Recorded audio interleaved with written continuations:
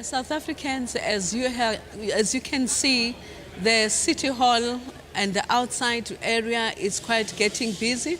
On the red carpet, we saw the Deputy Chairperson of the National Council of Provinces, Umama Sylvia Lucas, as well as the Deputy Speaker of the National Assembly, Utata Tsinoli. They were walking up to also receive the Deputy President of the country, Mr. Mabuza. Citizens, we are indeed now entering the State of the Nation address. But you can see also the activities outside. There is so much activities, and we can see the Deputy Chairperson wearing her African print, and we just need to see the Deputy Speaker also is on her.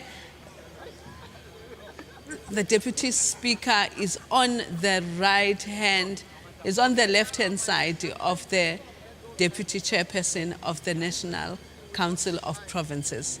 We can see the red carpet, and we will wait until the Deputy President meets them outside the red carpet. Mr. Kanalmbi, we are coming back to you now. You spoke about the infantry school. And the army is known for strict discipline. Yes. How do you actually manage to get the young people, or at that early age in the infantry training, to be this disciplined? Because there has been talk as well that the young people need to join the army to be disciplined, to understand what patriotism means in your country and to you as a citizen. Thank you. First, we normally say discipline starts at home. As we are also recruiting from society, we also build from what society gives us. However, with our specialist training, we then put something, it's an add-on to what you have from home. So I would encourage also society out there to also trim a bit our young ones. However, as we build them towards taking responsibility and also introducing patriotism, because there are lessons and the modules we also impart to these students or recruits as part of the initial military training. Because that's where now we actually build from a civilian and introduce you into the defense force. Irrespective of whether you are in the Air Force, in the Army, or in the Navy, or as a military health service, irrespective. But we start first with initial military training. I'm not sure now whether I'm being intrusive when I ask about, in instances where there's been ill discipline, what are some of the things that you do in order to address those young trainees who are not adhering to the training protocols? There are some tactics which we introduce to the recruits, and of course, part of any military, there's punishment, of course, and beyond that, we also try to align you into, to form you to be this mold which we want you to become. Okay, all right. We just learned that the former speaker, the former speaker of the National Assembly has just arrived with his wife. That is Mr. Max Sisulu and Mrs. Sisulu. They are making their way on the red carpet. We can see they are being ushered into the venue of the City Hall. And they are also welcomed by the Deputy Speaker, Utata Tsinoli, and also the Deputy Chairperson of the NCOP, Umama Sylvia Lucas.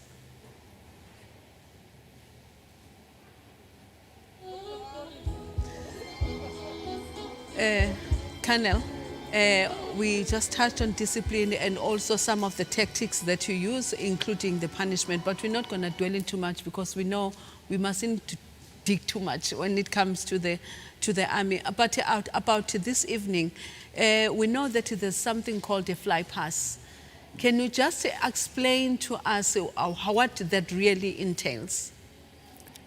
The fly past, it will be performed when the National Ceremonial Guard commander has now given a command, a national salute, present arms, which then is accompanied by the national anthem and the 21-gun salute, and of course the fly past. Now the fly past is performed by the hawks in a hawk formation, which is only 3 hawks which will then be flying past. Thank you. We just heard that also the other leaders that are making their way on the red carpet, it's Mama Balegambete, who is the former Speaker of the National Assembly. With her is her husband, Mr. Homo. So we are actually going to be seeing a lot of the guests that are going to be arriving, and we also have been listening to debates outside and expectations being given by the members of parliament. And we also have the former deputy president that is going to come, Umama Upumzile Mnuga as well, that we know she was based in New York, and she is with her husband, Mr. Mnuga.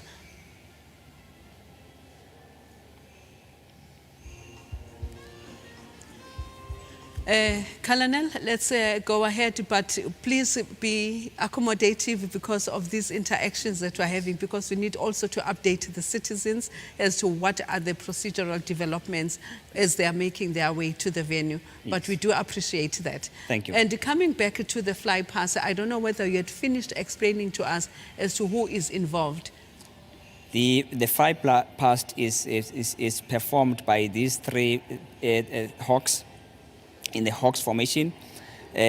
What I can also allude to the fact that the 21-gun salute is also performed by a regiment based in Cape Town, which is now called a Nelson Mandela Regiment. Interestingly, if I can take you also with the National Ceremonial Guard, the unit itself, previously it was called the Presidential Guard before 1990, and it was disbanded. Later on, due to the stature of the late President Mandela, we received luminaries, heads of states and others within the country after 1994.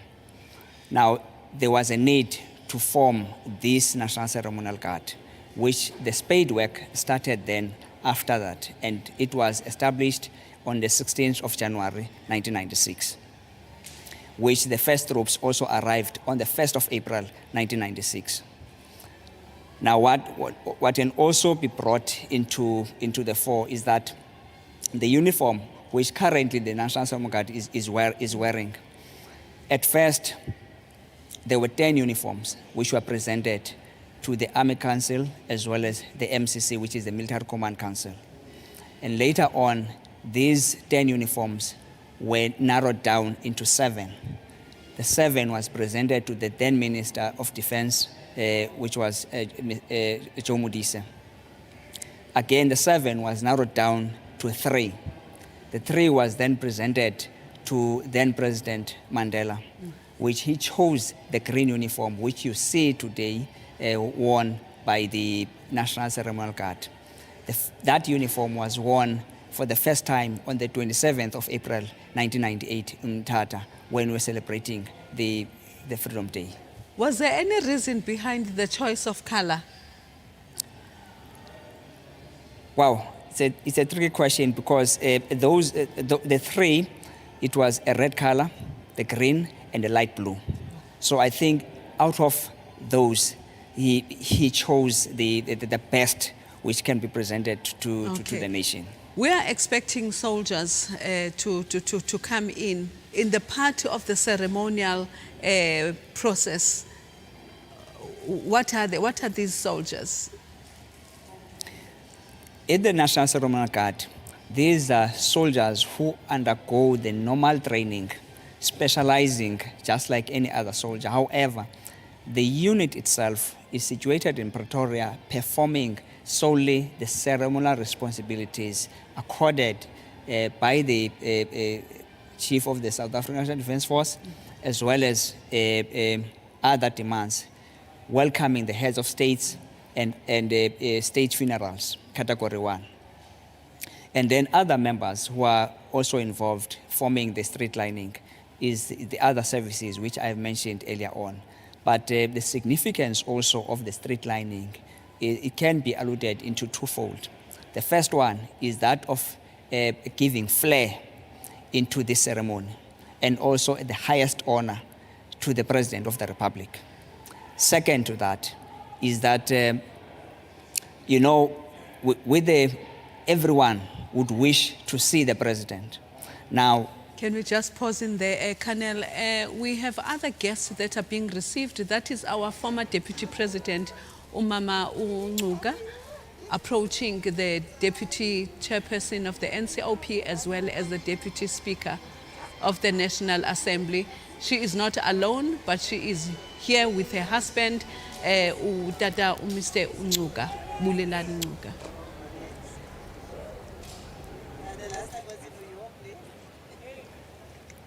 We were talking about the soldiers as well, because we hear that they are getting ready. First we had the band that was playing, and now we are being informed that the band, the soldiers are approaching.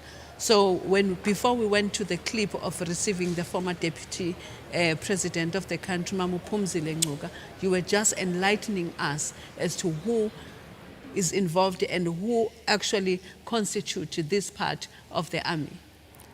Thank you. The street lining, I was trying to indicate that the second part to the street lining is that of probably acting as a buffer into what you would see that the public would wish to see the President. So therefore, it's a way of clearing the route into the Parliament precinct, because he will then be brought by the escort with a route that is cleared through the street lining. Now, with the National Ceremonial Guard also is actually marching through the street lining up to the Parliament. Then, in front of this Parliament, as citizens of South Africa, we have the former President, Udada Thabo Mbeki, getting off from his vehicle and approaching as well the Deputy Speaker, as well as the Deputy Chairperson of the National Council of Provinces. Okay, let us continue where we left off. Yes, thank you.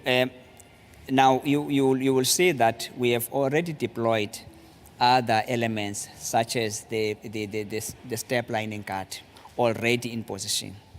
Now, once the National Ceremonial Guard is in position, therefore, you will see that the escort, which is now the motorbikes, will be bringing the Deputy President of the Republic. Then later on, it will be the escort by the military police, as well as the South African Police Service on horses. Then they will be bringing now the President of the Republic into the parliamentary precinct. Oh. That's when the national anthem will then be sounded. That is quite a mouthful. What a pity that we don't have the visuals from outside, because actually you would have been able to take us through all the ceremonial processes and protocols as well. But we do want to appreciate as well Colonel Limbi for everything, and for the information and for the insight also that you have shared with us as the people of South Africa. But it's not over yet. We're still going to pause there and just listen what is the arrival So we have the arrival of the Economic Freedom Front members of parliament who are approaching, economic freedom fighters who are members of the National Assembly or possibly as well members of the National Council of Provinces. They are making their way to the venue that is the City Hall in Cape Town. Colonel, I am not sure whether there's also something that you would like to add that you would wish us as South Africans to know about the South African national defense at this stage while we are waiting for the other processes to unfold. What I can say is that the National Defence Force has got different masterings. And also you will find that in the SA Army, for instance, you will have the engineering corps, where you will see most of the people might have seen that we build bridges in the Eastern Cape, KwaZulu-Natal and Limpopo, and those are engineers. And then again, you will find that you will find a personnel service corps, for instance, the logisticians.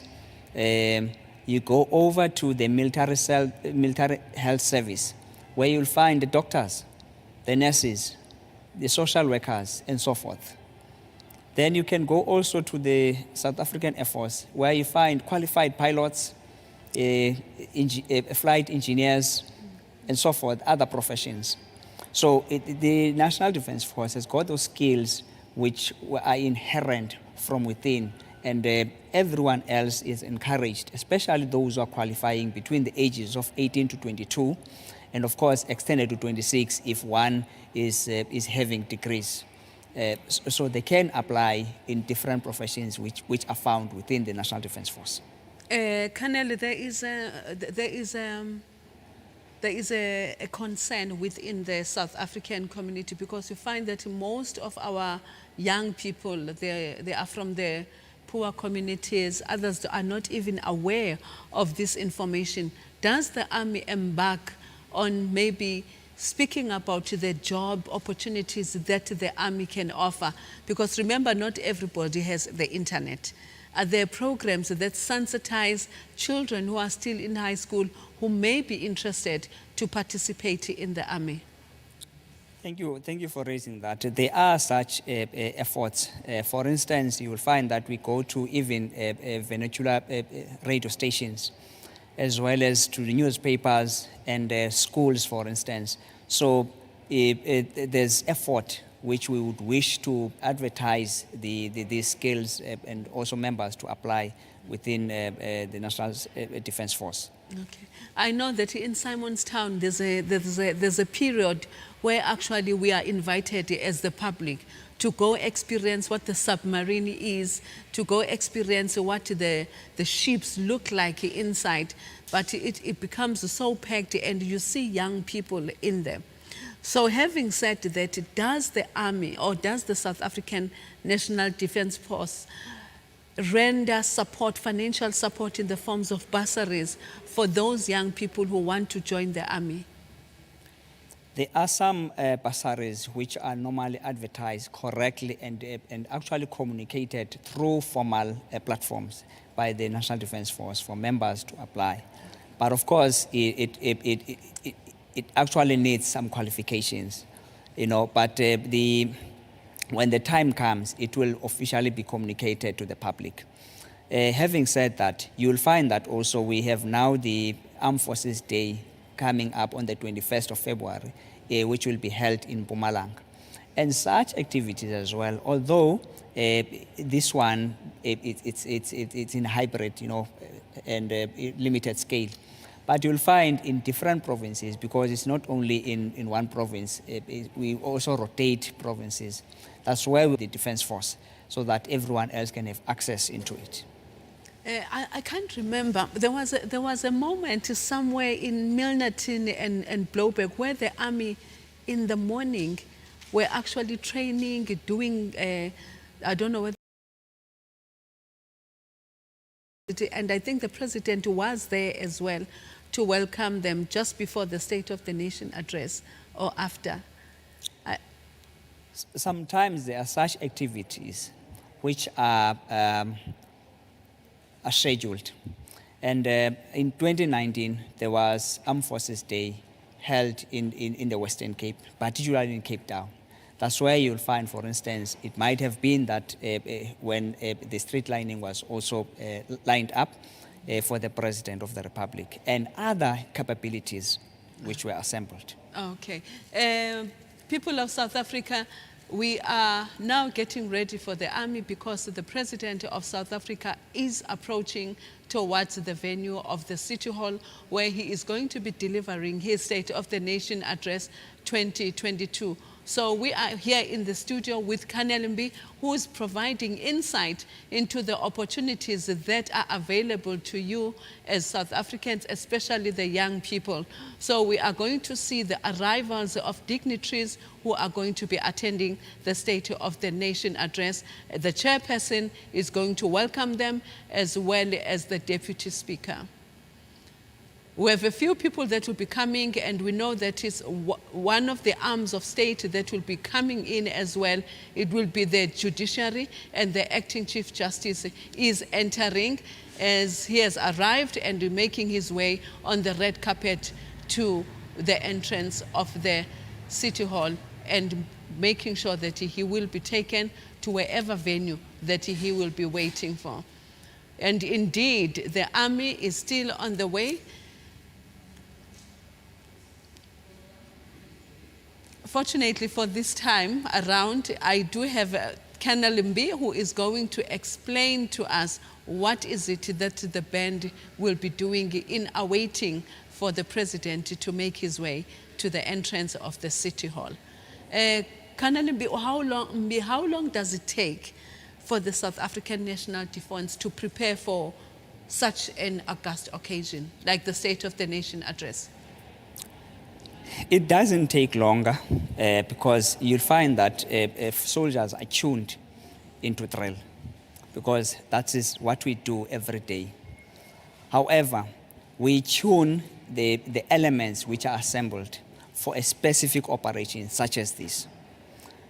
If I can also allude to the fact that you will see each and every element that is deployed. For instance, the army is also pushed or pulled by a band. Now, when I talk about push or pull, it means if the band is leading the squad, is therefore pulling that squad. But if the band is behind the squad, is pushing the squad. Now, it depends on the tactical deployment of such a squad on the ground. Now, as we speak, you will find that there's now a deployment of the street lining. And the National Ceremonial Guard then will, as soon as everyone else is in position, it will start deploying from the castle, pulled by the band. Because what happens upon arrival at the parliamentary precinct, the band will deploy behind the ceremonial guard, which then also the ceremonial guard itself will deploy on the street in three lines, so to speak. With the band itself, do you look for people who play musical instruments? Do you look for people who've got musical skills? Because almost every year there is a band during the State of the Nation Address that actually prepares that prepares the platform for the president. Can you just tell us, do you look for musicians, or actually they learn the musical skills once they're inside the army? Actually, if I may say, the bandsmen, they're actually qualified musicians in different pieces of music. And again, the vocalists as well. Some we recruit from within, and some we recruit from schools, universities, and so forth. So, but as they come in, then we tune them into now the military way of doing things. That is quite interesting. Just when I thought people come in with no skills and the army does everything. So on the red carpet, we can see that people are getting ready. They are awaiting the arrival of the guests within the entrance of the national, to the entrance of the City Hall.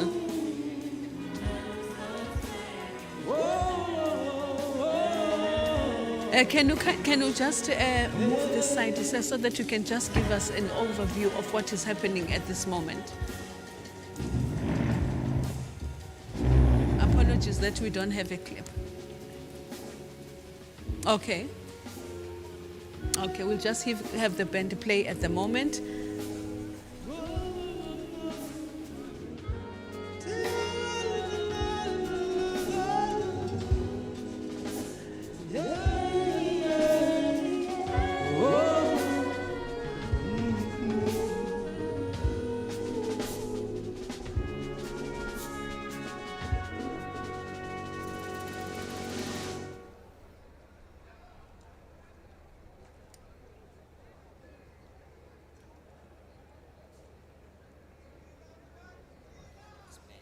Yes.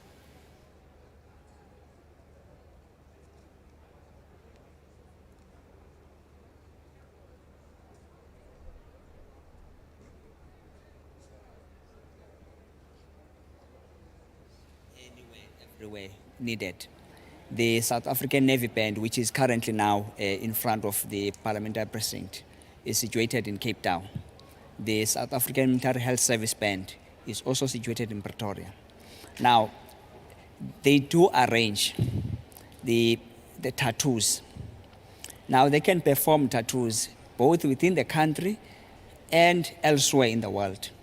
It depends on the arrangements. Of course, I'm not going to confine my argument now within the space of the COVID-19, but under normal circumstances, you'll find that the band can be invited also by other countries with relations with South Africa. So then they can be able to perform elsewhere.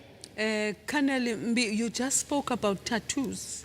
What do you mean about tattoos? Because my knowledge and those of viewers at home, what a tattoo is different, I think, from what you are explaining. Thank you. It's a musical tattoo. It's that's where the band also performs some lot of flair into music. Not necessarily the tattoo on the body or anything, but that's where also they display their skill in different forms, you know. Okay, all right. Viewers at home, we are still in the City Hall of Cape Town, awaiting for the President to make of the nation address. We are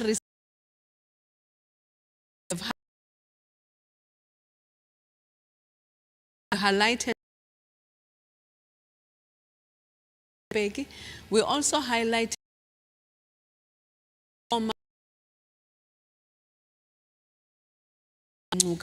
who was with her husband, Mr. Bolelani Ncuka. And on top of that, we also had the Deputy Chief Justice making his way to the venue as well of the City Hall. So we wait patiently for the band, because indeed once the soldiers make their way, the line up of the President, then the President will be approaching, as well as it was explained by Colonel B about the process that is going to unfold.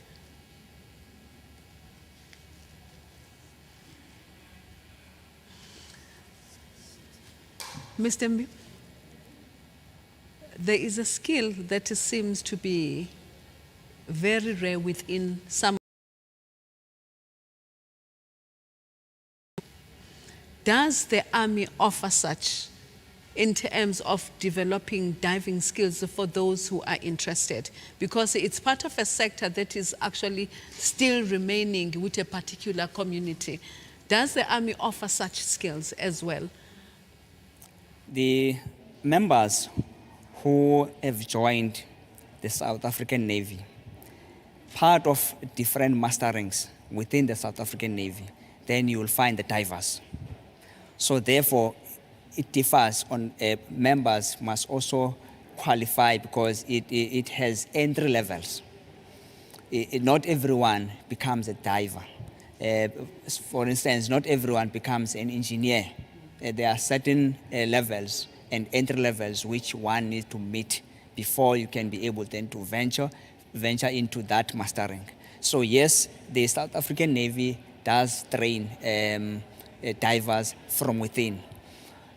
You'll find then the other skill diverse because it's a specialist skill. The police, for instance, South African Police Service will have also its diverse because for different tasks within the country. We are still in the City Hall and so much is still unfolding before us. Coming back to the army, how far can you go in the army when it comes to studying or building your career or actually climbing up the ladders?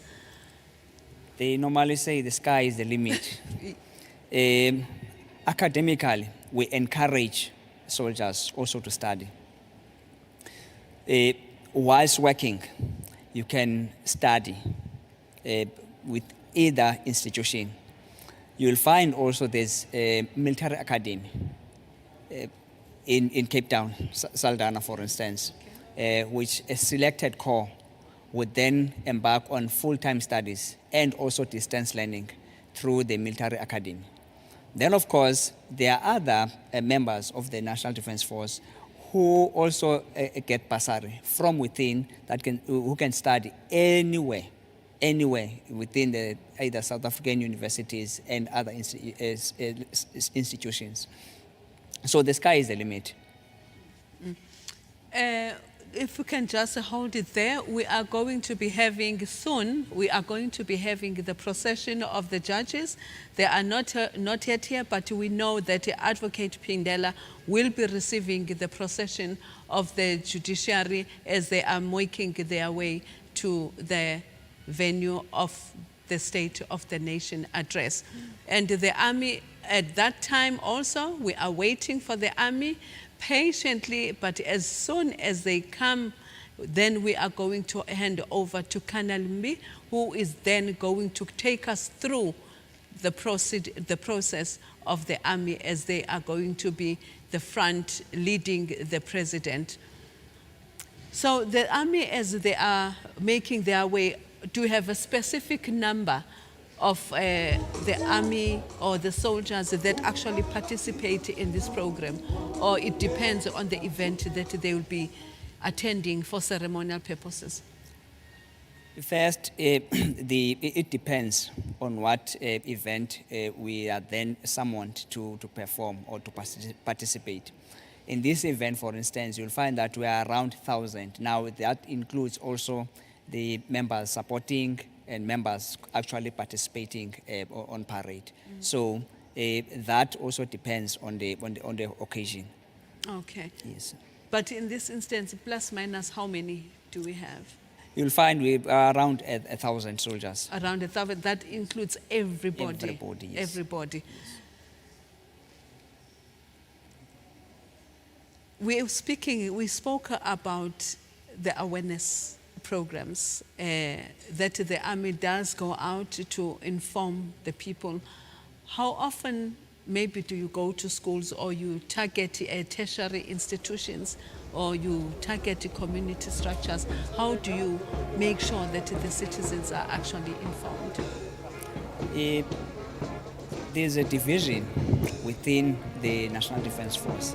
Let's hold over, Mr. Mbi. We've got the clips, but it's not clear. It's not clear. Kindly inform the studio guys so that we can't see anything on their screens. We can't see anything on the screens. We were just talking about the reaching out, your awareness programs. How far do they go? Do they target the schools? Do you target tertiary institutions or high schools? The Chief Human Resource Division is actually a custodian of that program.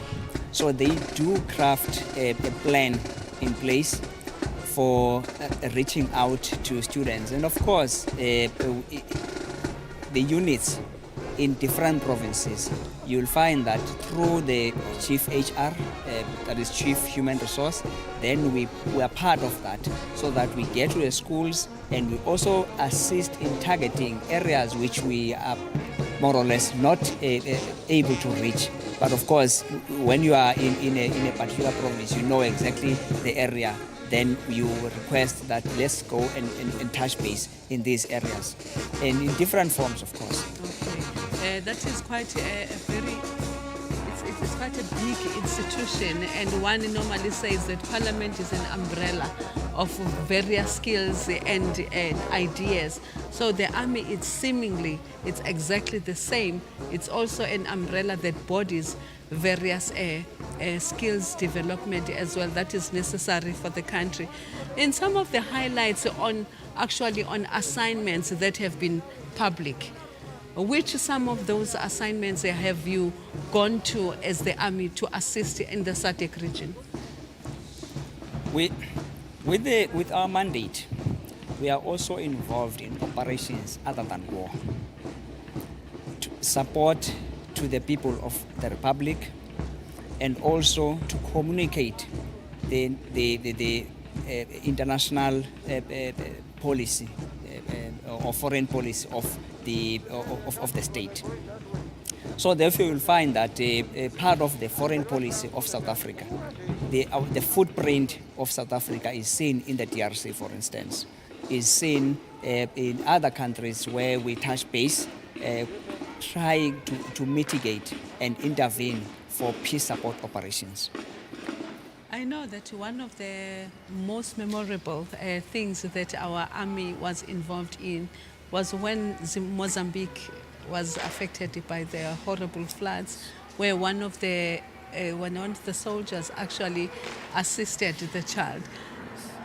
We are still struggling. We are still struggling with the clip at this point.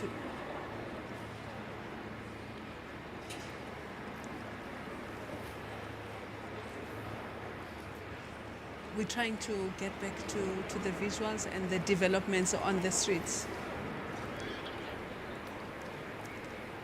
Advocate Pindela, at this stage, he's actually leading the judges, and the army is actually in front of them. So we know that the judges are going to be making their way to the entrance of the national, in the entrance of the city hall. So many activities are happening, citizen. And as we said earlier on, a lot of guests from the judiciary, from the legislatures, as well as from the government, they are making their way.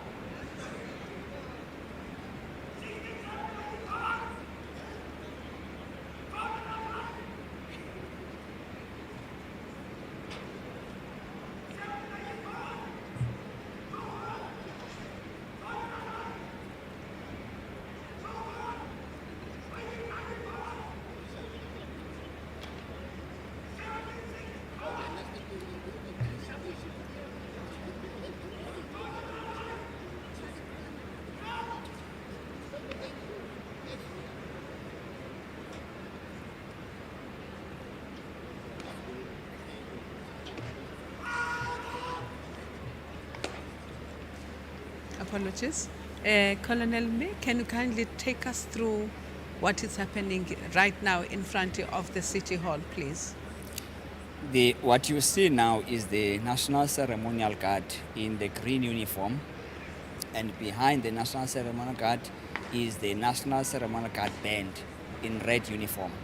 So of course now they are deployed and currently busy with what we call the dressing.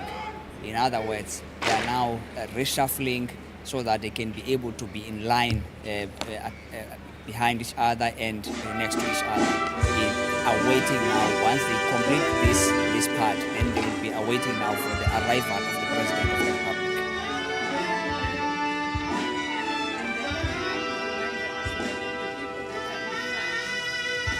Of the people wearing the red jackets.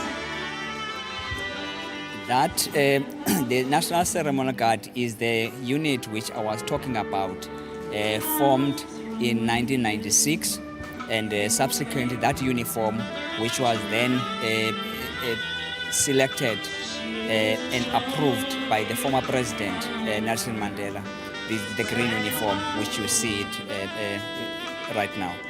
Are these the young people that are from the infantry military school, or it's a certain part of the sector of the army? These are the upcoming members of the army. Most of them who undergone training at infantry school and elsewhere. But if you see, what one can also highlight is that you will see that we also look at the transformation, because amongst the members whom you see here, it's the females are there, and all sectors of communities, that is from race groupings, they are also represented. So we also, as we recruit, we open our spectrum. Okay. We can hear there's music coming out outside. Can you kindly tell us what is happening? What kind of song are they performing? Currently, And the band as well that is playing. Currently, the South African Navy band is now playing music, not only for the National Ceremonial Guard now, is playing for the public, as we are waiting for the arrival of the Deputy President as well as the President of the Republic.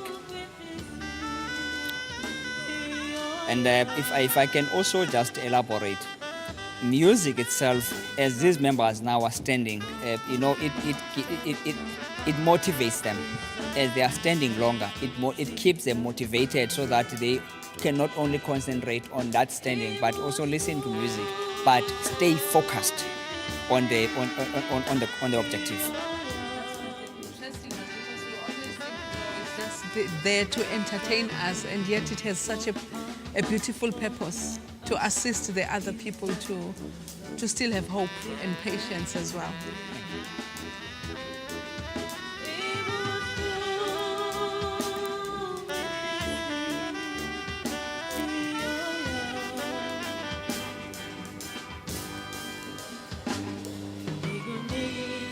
Now, if I may also elaborate, you will see now the South African Navy band is playing whilst the National Ceremonial Guard band is silent, awaiting for that moment when the president has ascended the podium to now play the national anthem, which is assigned to be played by the National Ceremonial Guard band, not the South African Navy band.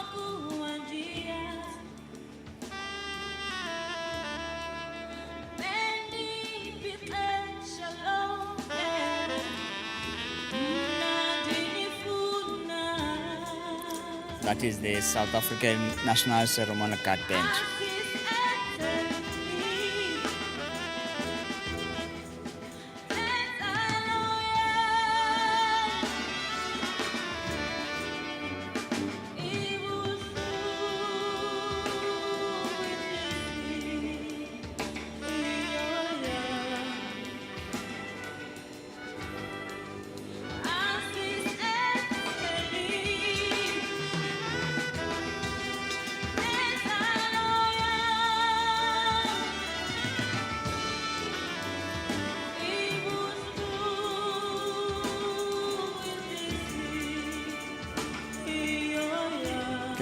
also explain something.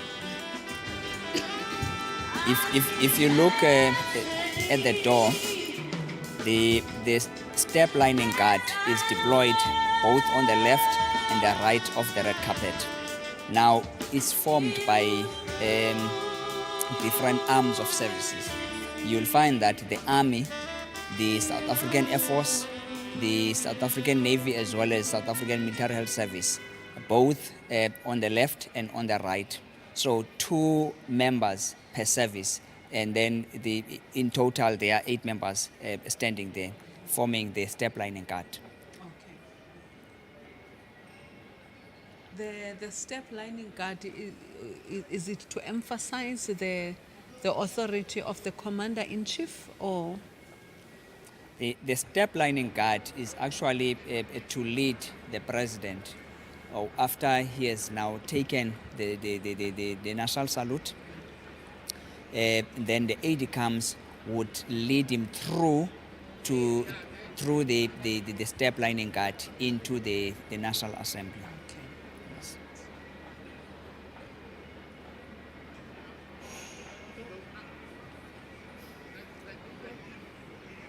The band, can you just continue for us, please, Colonel Mli? Right. What other things must we know in terms of the rules as well and the protocols that are actually part of this? All right. As you see that the South African Navy band is now playing this music because it's now part of the entertainment part of the band, without the marching music. As they are sitting down, if you look at they are now stationary and performing now the entertainment music. Now, close to them, it will be the aide camps also, which we will see them later, are waiting for the arrival of the president, who will then lead the president to ascend the stage. Now, normally, when the president ascends the stage, the aide camps would be deployed behind the president, but due to the current parliamentary precinct, the aide camps will be deployed on the right of the president, not on the podium itself. We'll be having the different feet.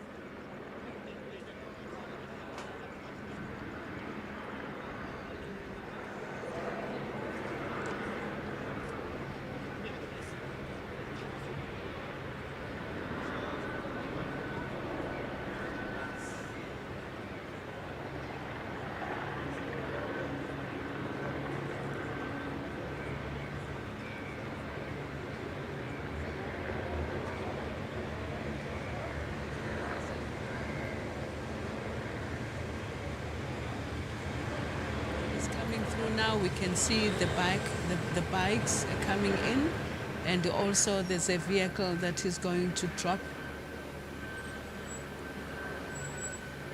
And this is the ceremonial guide. As you see on your screens, the deputy president is approaching, and with the motorbike convoy, they are making their way.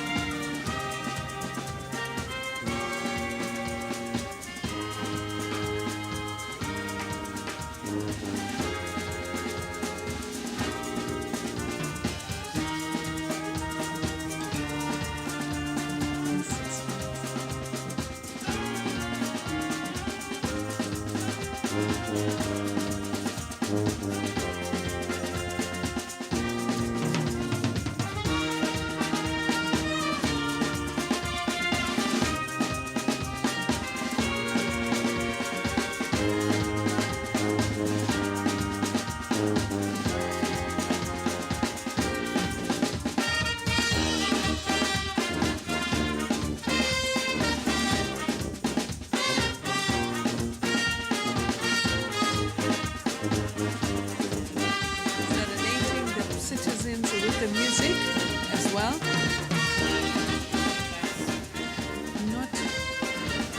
Not clear, it looks too far.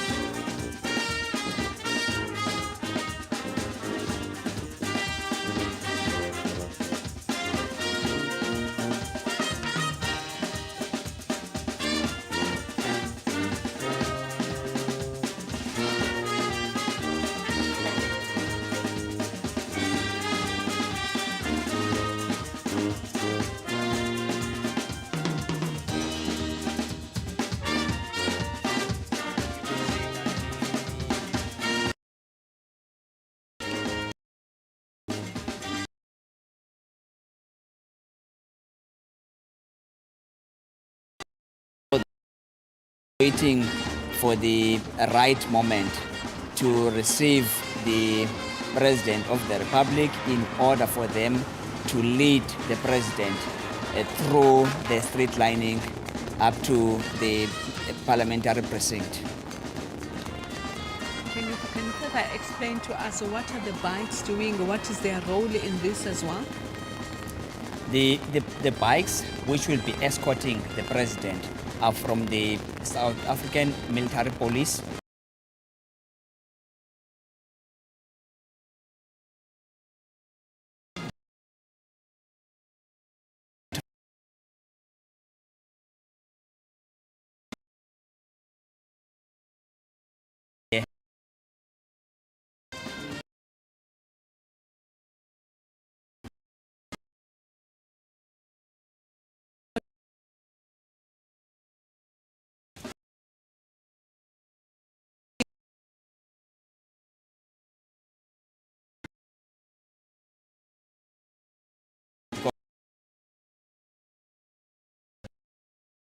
President.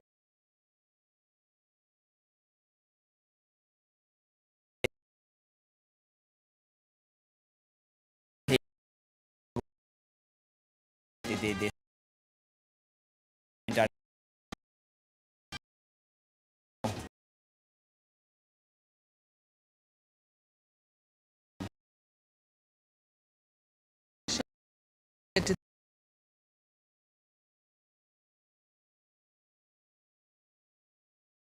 it's like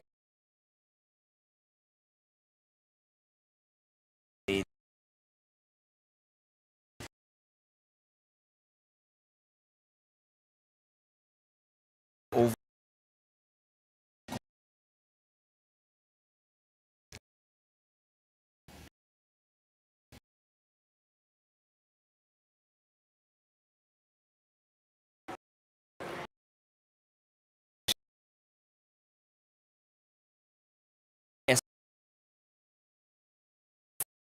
for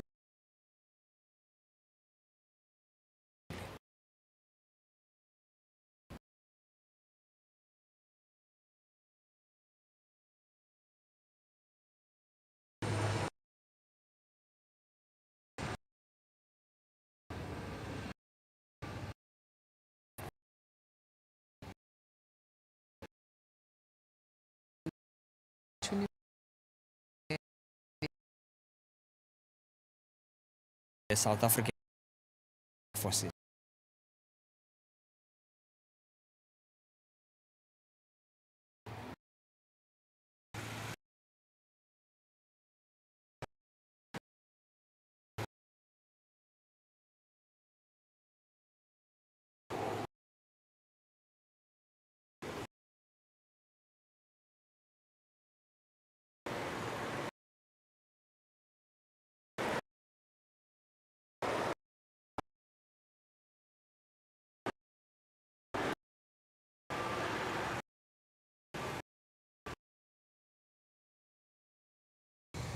Can you have a look over there, Mr. Mayor?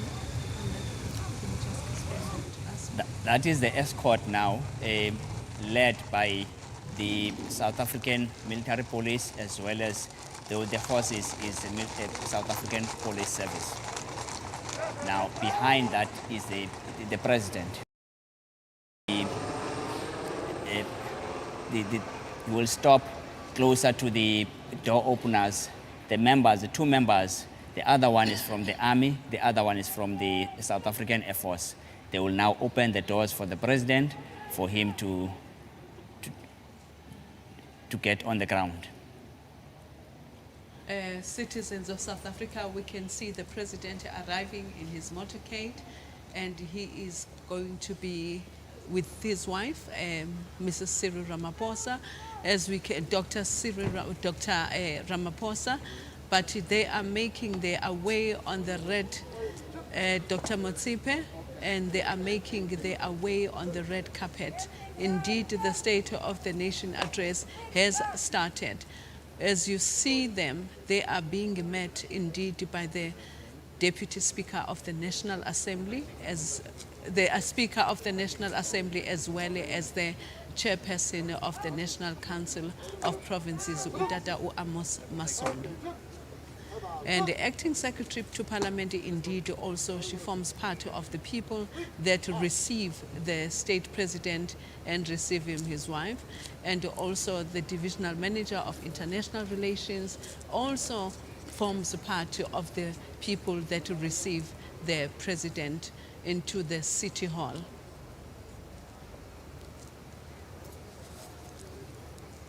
The two members who are now leading the president to the podium is what we call the aide-de-camps. They are from the South African Military Health Service. The uniform actually identifies them as such. So they will then lead the president now to the podium, where he will take the national salute, presented by the National Ceremonial Guard.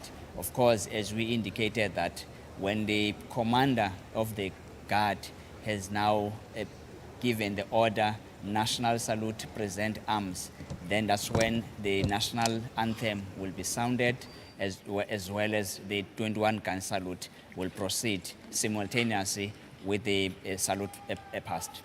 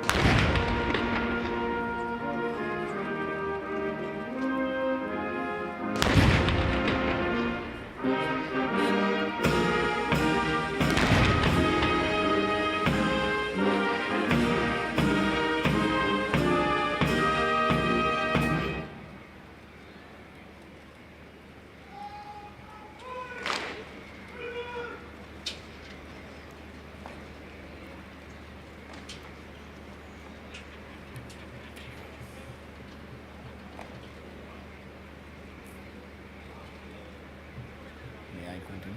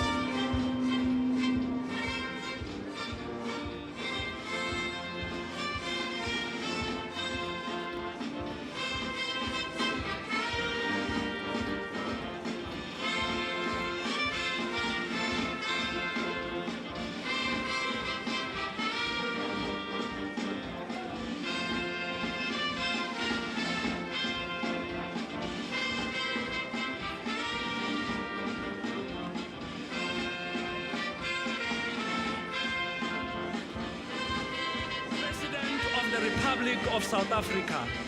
Senomphatholo sa moradi a kgosi se bona motlhango ya le boalo ga magogorwana rokela banna yo re setsiba se tlala ba tla ba go thusa. Re re dumela thobela matamela Cyril Ramaphosa ra maretela yo reteletseng ditšhaba. Ba rapata o ithotore le toka o le matlhola a di bonang. Ke ra bana motho a kakanyang di bokgolo. E bolotsa pele ga ra thuto ntlhetsa tsa Limpopo kwa madikolo a bokoni nyeleng ya the 10th floor.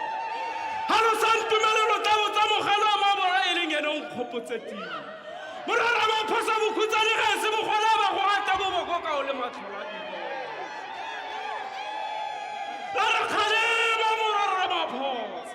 Go tlhagile le raba maloba dipitse tsa siaga di sala di sa bofile. Bapalami ba ikeketlela ka moetsa. Matamela o poepadi. E rile mogare wa COVID-19 o metsa bagale jaaka noga tlhare e metsa potsa. Afrika Borwa wa e rwala magetlo. O la ditwa boboko mo merarong ya dipolotiki wa baledi wa mekgwaboreng. O kgosi ya dikgosi o busa sera. Morara Ramaphosa re gwaletse phatepo. O ka di itela kuba moroko. Ndara ya ndor. Ndara.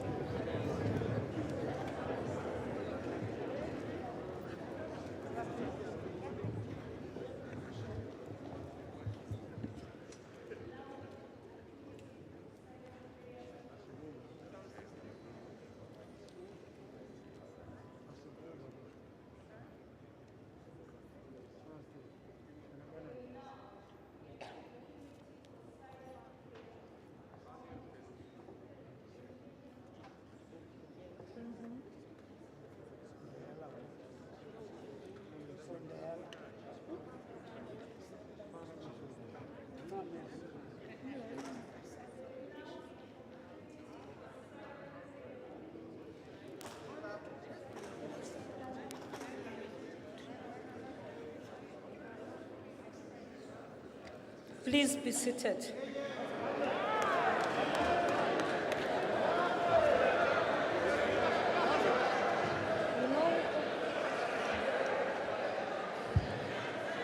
Honorable members and guests, in the interest of safety for all present in the chamber, we request that you please keep your masks on and sit in your designated area.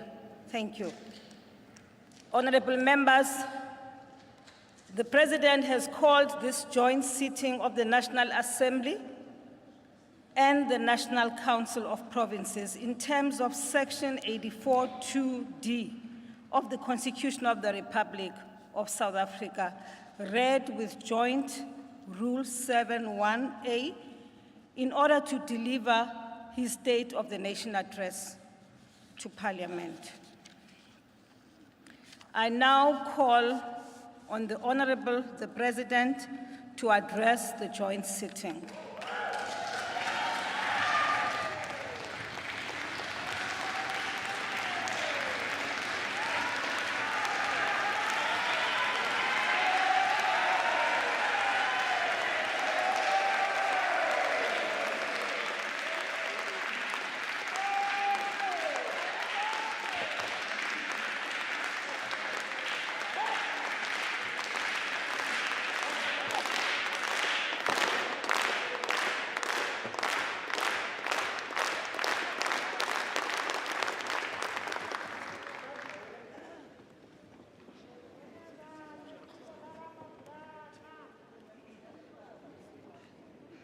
Speaker of the National Assembly, Ms. Nosiviwe Mapisa Ngakula, the Chairperson of the National Council of Provinces, Mr. Amos Masondo, Deputy President of the Republic of South Africa, Mr.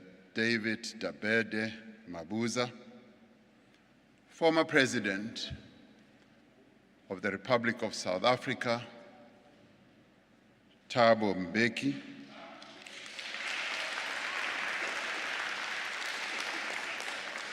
former Deputy President Phumzile Mlambo Ngcuka, former Deputy President Ms. Balega Mbete, former Speaker of the National Assembly, Max Sisulu, Acting Chief Justice Raymond Zondo,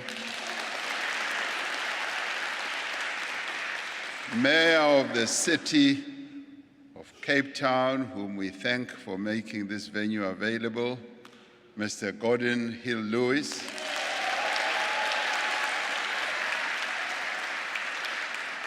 Dean of the Diplomatic Corps, Mr. Bene Mpoko, members of the judiciary, heads of institutions supporting our democracy, all of you as members of Parliament and fellow South Africans. Good evening, Dimadekwana, Riperile, Dumelang, Sanbonani, Goeienaand. This year, for the first time since the dawn of our democracy, this State of the Nation address is being delivered with us not being in the chamber of the National Assembly. As we entered this new year, a huge fire engulfed the seat of our democracy.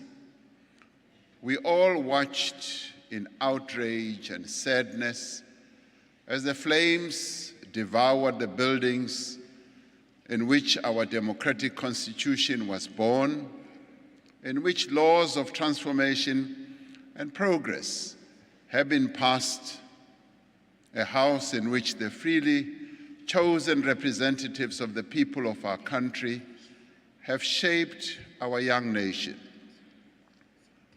For many, what happened in Parliament speaks to a much broader devastation in our land. For many, the fire was symbolic of the devastation caused by COVID-19, by rising unemployment and deepening poverty in our country. It spoke to the devastation of a pandemic that over the past 2 years has taken the lives of tens of thousands of South Africans, put 2 million people out of work, and brought misery to many families in our country. The fire in Parliament reminded us of the destruction, the violence, and the looting that we witnessed in parts of our country in July last year, of the more than 300 lives lost and many more livelihoods that were ruined.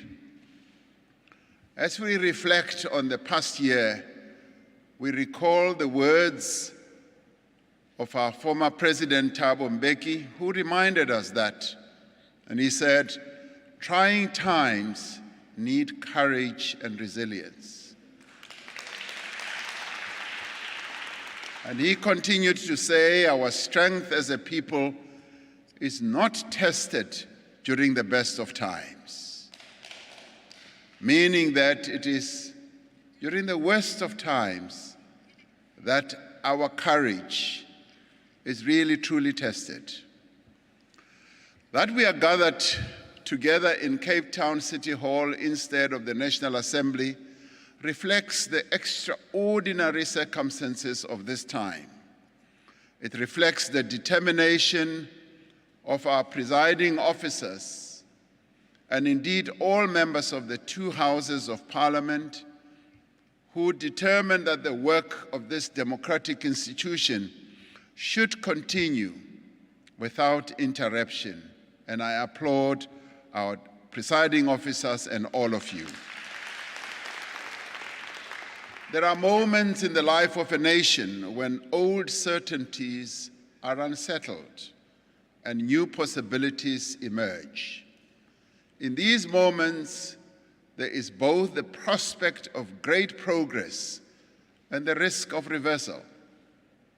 Today, we are faced with such a moment.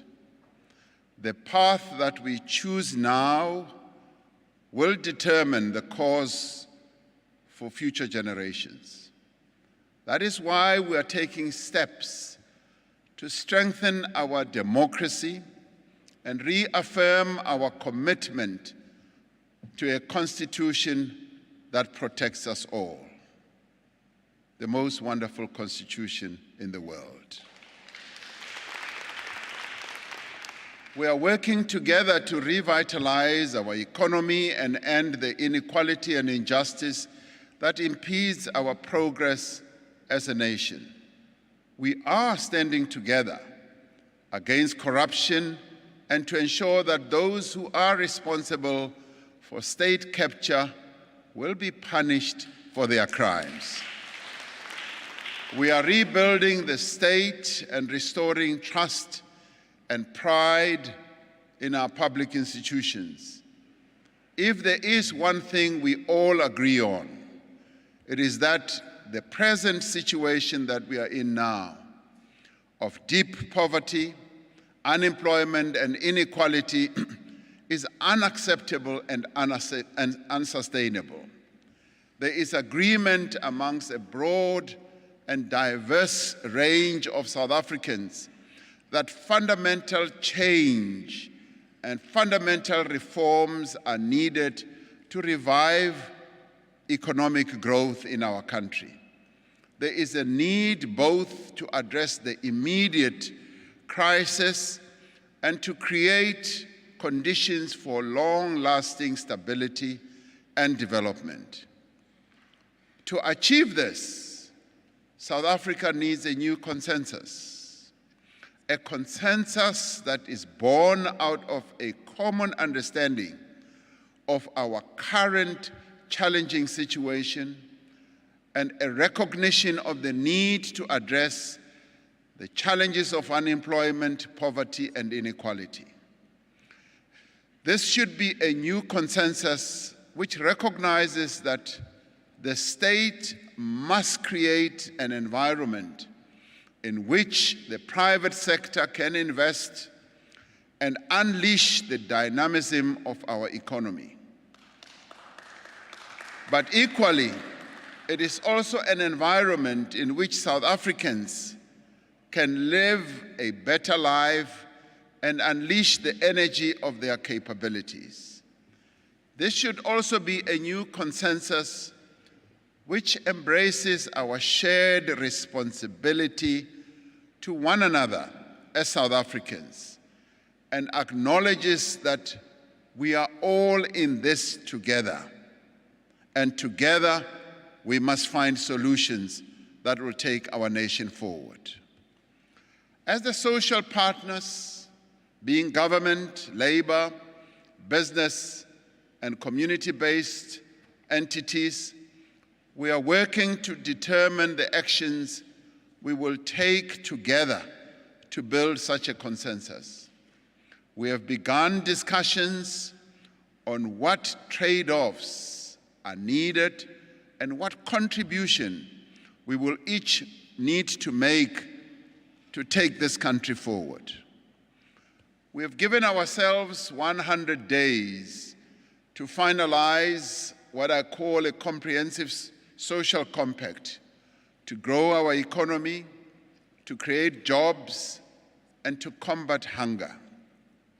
This work will build on the foundation of the Economic Reconstruction and Recovery Plan, which we adopted, which remains our common program to rebuild the economy. We remain focused on the priorities we identified in the State of the Nation last year. They being overcoming the COVID-19 pandemic, a massive rollout of infrastructure, a substantial increase in local production, and employment stimulus to create jobs and support livelihoods, and the rapid expansion of our energy generation capacity. To be effective, this social compact needs to include every South African and every part of our society. In the end, we must all be imbued with the understanding that no one must be left behind. So, fellow South Africans, when I last addressed the state of our nation, we were deep in the throes of the worst pandemic in more than a century. Since COVID-19 reached our shores, we have endured successive waves of infection, the emergence of new variants, and the devastating cost of nearly 100,000 recorded COVID-19 deaths. South Africans have responded to this grave threat with great courage and resilience, but also with compassion and restraint. Over the past 2 years, we have taken unprecedented actions to strengthen our health system, to build laboratory capacity and prevent infections. The nation owes a great debt of gratitude to the dedicated health workers and to other frontline staff who put their own health and their own lives at risk to care for the ill and the vulnerable during this period. Within 2 weeks of the first reported infection in our country, I announced the establishment of the Solidarity Fund with the goal of uniting the country in the fight against the pandemic. In a wave of generosity that we have never seen before in our country, a wave of generosity that swept throughout the country, the fund raised 3.4 billion rand from more than 300,000 individual South Africans and companies. More than 400 individuals and 100 companies volunteered their time and services for free. The fund has played a pivotal role in supporting the national health response and alleviating the humanitarian crisis that confronted our country and our people. I would like to thank everyone who contributed to the Solidarity Fund. And many of those individuals who contributed were a number of you as members of Parliament. So I applaud you and I thank you and congratulate you for that. And I also congratulate and thank the countless other initiatives to support those affected by the pandemic. And they range from people who gave food parcels, people who went out of their way to care for those who were affected and infected by COVID-19. As the trajectory of the pandemic has continued to change, we have had to adapt and evolve. Our approach has been informed throughout by the best available scientific evidence, and we have stood out both for the quality of our scientists and for their involvement in every step of our response. During the past year, we have focused on accelerating our vaccine rollout. So far, we have, as a nation, administered some 30 million doses of COVID-19 vaccines. Consequently, nearly 42% of all adults and 60% of everyone over 50 years of age is fully vaccinated. And this is a real achievement that many countries on our continent have not been able to reach. We are now ready to enter a new phase in our management of the pandemic. It is our intention, and also my clear intention, to end the national state of disaster as soon as we have finalized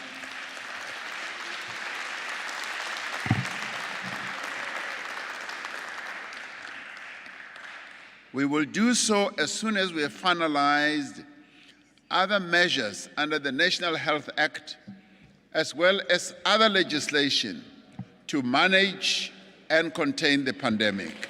This we have to do. Now, all of you will know that by now, nearly all restrictions on economic and social activity have already been lifted. Vaccines have proven to be the best defense we have against illness and death from COVID-19. And I've always said, even from a personal point of view, that had I not been vaccinated in December when I contracted COVID-19, I probably would not be standing here before you.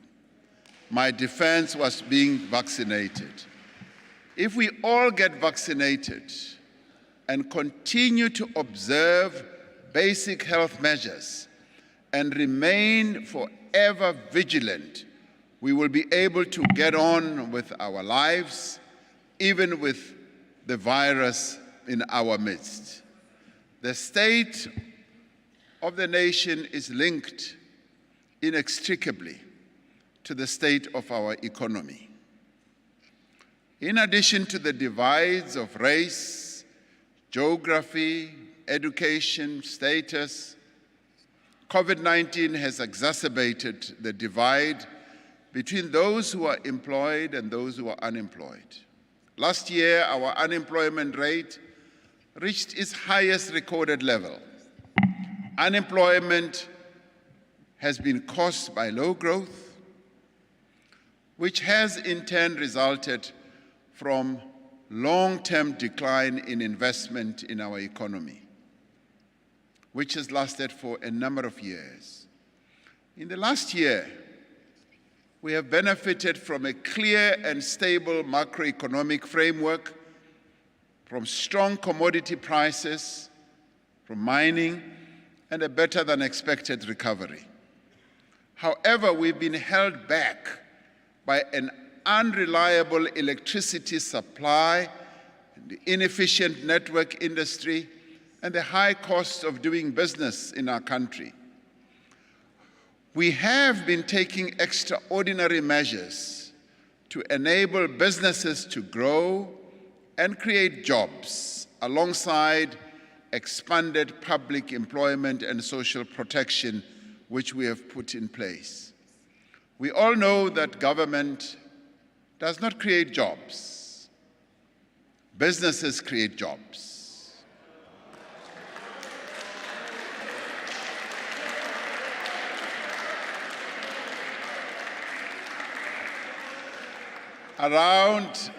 Facts be faced, around 80% of all the people who are employed in South Africa are employed in the private sector. The key task of government is to create the conditions that will enable the private sector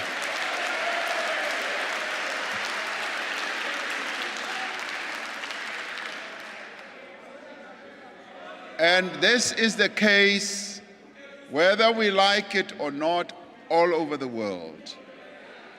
It is when government creates that environment that will enable businesses, both small and big, to emerge, to grow, to access new markets, to create new products, and to hire more employees. The problems in the South African economy are deep, and they're also structural. When electricity supply cannot be guaranteed, when our railways and ports are inefficient, when innovation is held back by a scarcity of broadband spectrum, when water quality deteriorates in our municipalities and where we live, companies are reluctant to invest and the economy cannot function properly. With a view to addressing these challenges, we are accelerating the implementation of far-reaching structural reforms with a view to modernizing and transforming these industries, to unlock investment, to reduce the costs of doing business and to increase competitiveness and to heighten growth in our economy. The electricity crisis is one of the greatest threats to economic and social progress. In the last few days, we have once again been reminded of the fragility of our electricity system. Load shedding continues to have a huge impact on the lives of South Africans, disrupting businesses and placing additional strains on families and our communities. Due to our aging power stations, poor maintenance, policy missteps, and the ruinous effects of state capture, our country has a shortfall of around 4,000 megawatts of electricity. During the past year, we have taken firm steps to bring additional generation capacity online as quickly as possible to close this shortfall. As a result, several new energy generation projects will be coming online over the next few years, and this includes over 500 megawatts from the remaining projects in bid window 4 of the Renewable Energy Program, which are at an advanced stage of construction. Also includes 2,600 megawatts from bid window 5 of the Renewable Energy Program, for which the preferred bidders were announced last year. It also includes up to 800 megawatts from those risk mitigation power projects that are ready to proceed. We also include in this list 2,600 megawatts from bid window 6 of the Renewable Energy Program, which will soon be opened. 3,000 megawatts of gas power and 500 megawatts of battery storage, for which requests for proposals will be released later this year. Additionally, an estimated 4,000 megawatts from embedded generation projects that the mining industry is currently working on, and approximately 1,400 megawatts currently in the process of being secured by various municipalities once we opened the way for them to generate. In addition to closing the energy supply shortfall, we are implementing fundamental changes to the structure of the electricity sector. Escom has established a separate transmission subsidiary and is on track to completing its own unbundling by December 2022. The utility has continued with its intensive maintenance program to reverse many years of neglected maintenance and underperformance of existing plants. To regulate all these reforms, Cabinet yesterday approved amendments to the Electricity Regulation Act for public comment. These far-reaching amendments will enable a competitive market for electricity generation and the establishment of an independent state-owned transmission company. Our economy cannot grow without efficient ports and railways. Over several years, the functioning of our ports has declined relative to ports in other parts of the world, and particularly on our own continent as well. This constrains economic growth and holds us back from acceding to higher levels of economic growth. The agricultural sector, for example, relies heavily on efficient, well-run ports to export their produce to overseas markets. The Minister of Agriculture was telling me that we've now opened the Chinese market for citrus, for a number of other products that we produce or we grow here. And we therefore need efficient ports to be able to export all that produce to high-demanding markets like China and many other places. Fresh produce cannot wait for days and even weeks while stuck in a terminal. This hurts businesses and compromises our country's reputation as an exporter of fresh produce. And fresh produce also includes meat products and many others.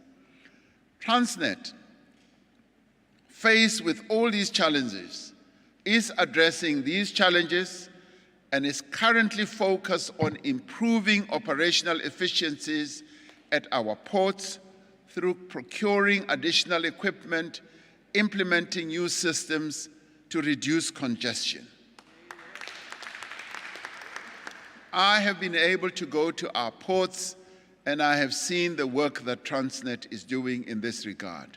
And Transnet will soon ask for proposals from private partners for the Durban and the Ngqura container terminals within the next few months, which will enable partnerships to be in place at both terminals by October of 2022.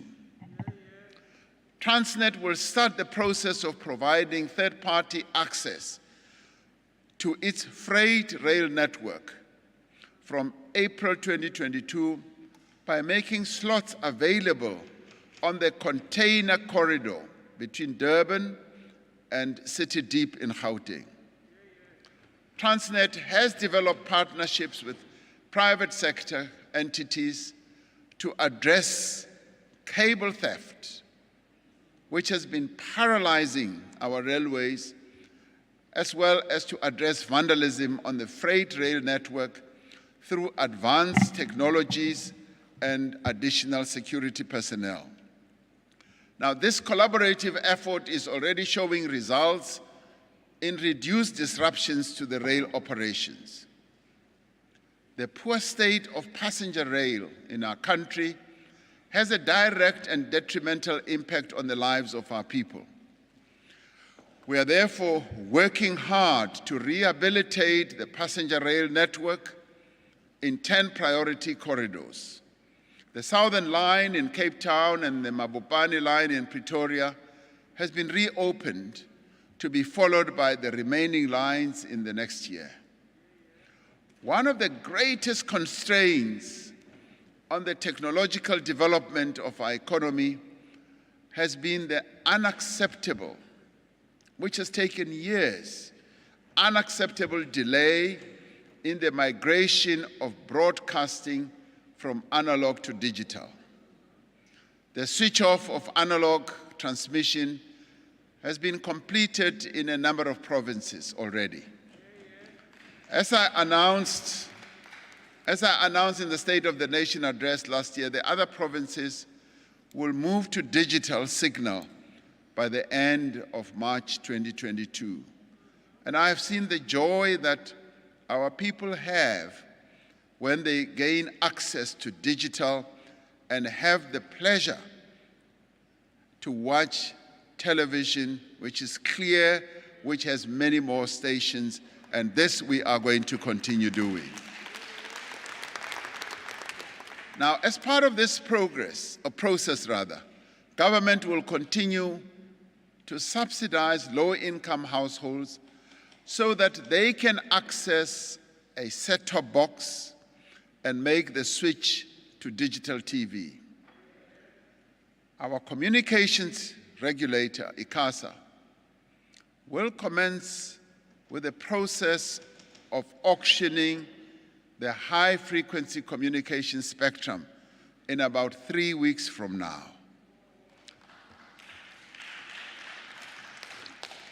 Now, this will unlock new spectrum for mobile telecommunications for the first time ever in over a decade.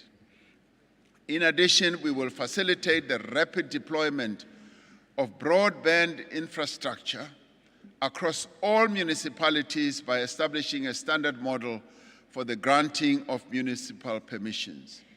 These reforms will revolutionize the country's technological development, making faster broadband accessible to more people, but more importantly, reducing the cost of digital communications.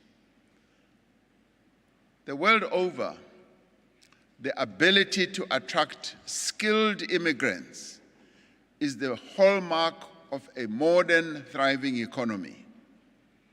We are therefore streamlining the modernizing of the visa application process to make it easier to travel to South Africa for tourism, for business, for study, or even for work.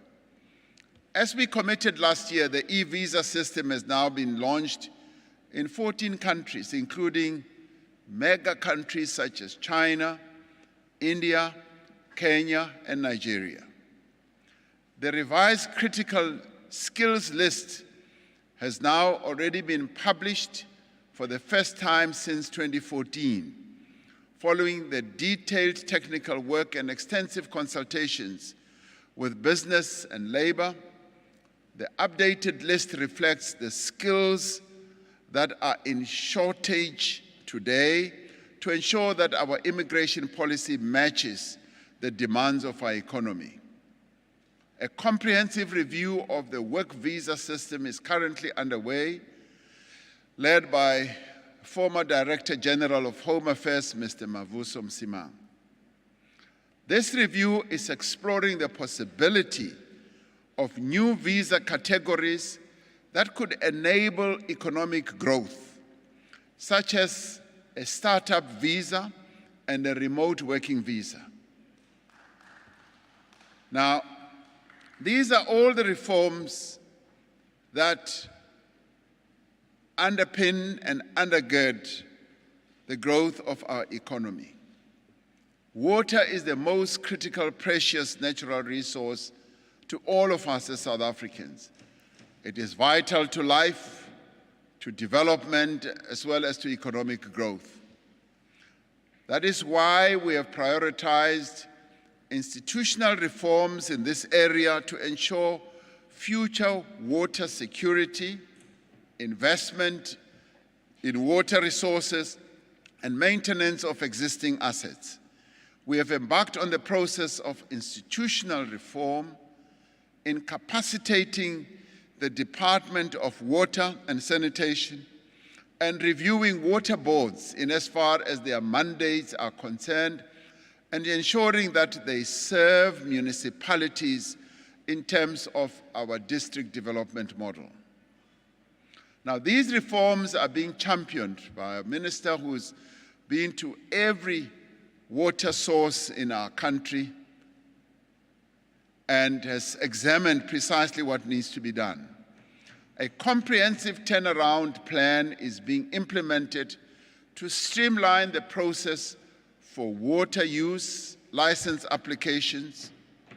Now, these applications used to take forever, up to 3 years, and they are now being streamlined, and the target is to clear the backlog of applications by June 2022 and to process 80% of all applications within 90 days during the next financial year. Now, legislation has been prepared for the establishment of the National Water Resources Infrastructure Agency and will be published for public comment within the next month. The water quality monitoring system has been reinstated to improve enforcement of water standards at municipal level and to enable the Department of Water and Sanitation to intervene where water and sanitation services are failing. Now, this is how we are going to be able to make interventions even at the local level. When water is not provided to our people, we will be able to intervene and assist those municipalities. We will review the policy and regulatory framework for a whole number of other processes, but more importantly, which will come as sweet news for our people in the Eastern Cape and KwaZulu-Natal, for industrial hemp and cannabis to realize huge potential for investment and job creation. Now, this natural product, which our people have been farming with and harvesting for a number of purposes, is now going to be industrialized and no longer just being resorted to the smoke process. Many countries around the world have already advanced to higher levels. Our immediate neighbor, Lesotho, has moved ahead on the industrialization of cannabis in leaps and bounds. And the products that are to be eked out of hemp and cannabis are in great demand around the world. We want to harness this so that we can release and unleash the energy of our ordinary farmers in the various parts of our country, especially in the Eastern Cape, as well as in KwaZulu-Natal, particularly in the Pondoland area. While structural reforms are necessary for us to revive economic growth, they are not enough on their own. And there are quite a number of other structural reforms that we are in conversation with the private sector, and we are ad idem in as far as how deep and how far we should go. This year we are undertaking far-reaching measures to unleash the potential of small businesses, micro businesses, and informal businesses. These are the businesses that create the most jobs and provide the most opportunities for poor people to earn a living. We have started discussions with social partners as part of the social compact to process a number of measures, and some of those will be how we enable small and medium enterprises to operate without too many strictures on areas such as the labor market regulations for smaller businesses to enable them to hire more people while continuing to protect the rights of working people. A new redesigned loan scheme is being introduced to enable small businesses to bounce back from the pandemic and the civic unrest that we went through. This new bounce back scheme incorporates lessons from the previous loan guarantee scheme, which did not work as well as I had anticipated when we launched it, if you recall, under the stimulus program that we launched, which was quite unprecedented in the history of our country. This new and redesigned loan scheme, which will serve small businesses, will involve in development finance institutions and non-bank SME providers in offering finance, expand the types of financing available, and adjust eligibility criteria to encourage greater uptake.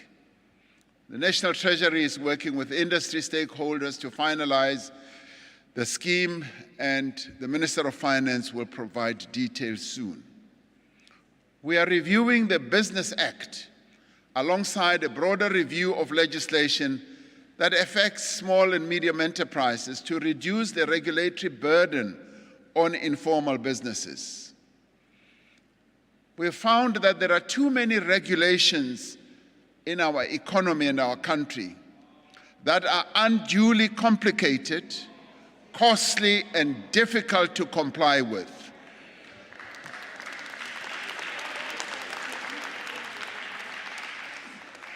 Now, this prevents companies from growing and creating jobs. I will forever remember the imagery of a woman who was selling these dog beds, which she had sewn up herself. She was on the side of the road selling, and the Metro Police accosted her and went on to try and arrest her, and in fact arrested her, put her in the back of a van, police van. And her crime was, they said, she did not have a permit to sell a product which was going to put food on the table for her children. Now that, for me, is the regulatory strictures that we have introduced in our economy gone completely wild. Because what we need to be doing is to support that lady to sell products and support her family. Now, we are therefore working to improve the business environment for companies of all sizes through a dedicated capacity in the presidency to reduce red tape. If we are to make progress in cutting unnecessary bureaucratic delays for businesses, we need dedicated capacity with the means to make changes. I've therefore appointed Mr. Sipho Nkosi to head up a team in my office to cut red tape across our economy and also our government.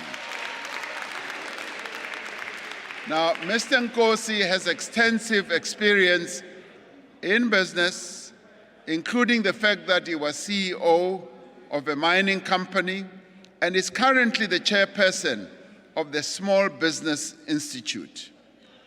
Knows very well what red tape does to business and will be working alongside our officials to cut the red tape to enable our businesses to thrive and to grow.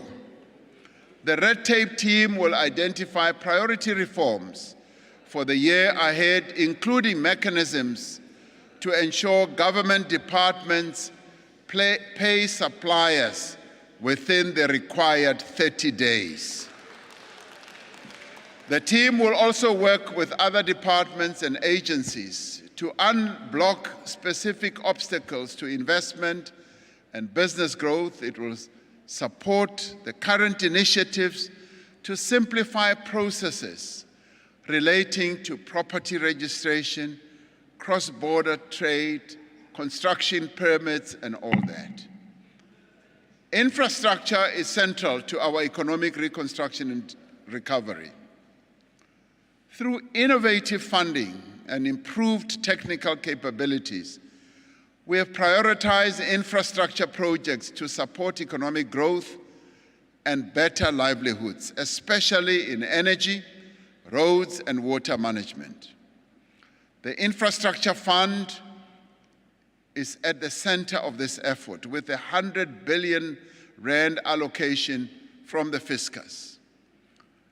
The Infrastructure Fund is now working with state entities to prepare pipeline projects with an investment value of approximately 96 billion in student accommodation, social housing, telecommunications, water and sanitation, and transport.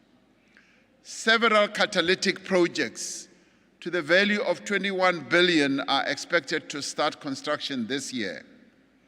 Of this, 2.6 billion is contributed by government and the balance is financed by the private sector and development funding institutions.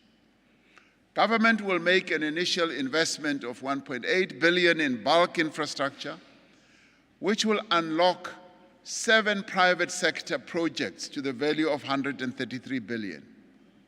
For millions of South Africans in rural areas, roads and bridges provide access to markets, to employment opportunities, to families and social services. Yet many children still have to brave overflowing rivers to reach schools, and motorists have to battle impassable roads to reach the next town.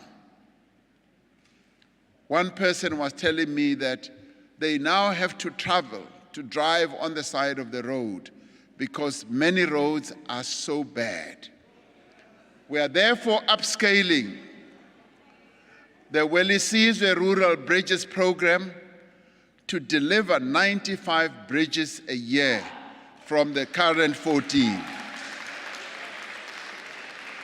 Our South African National Defence Force is the implementing agent of the Welisizwe program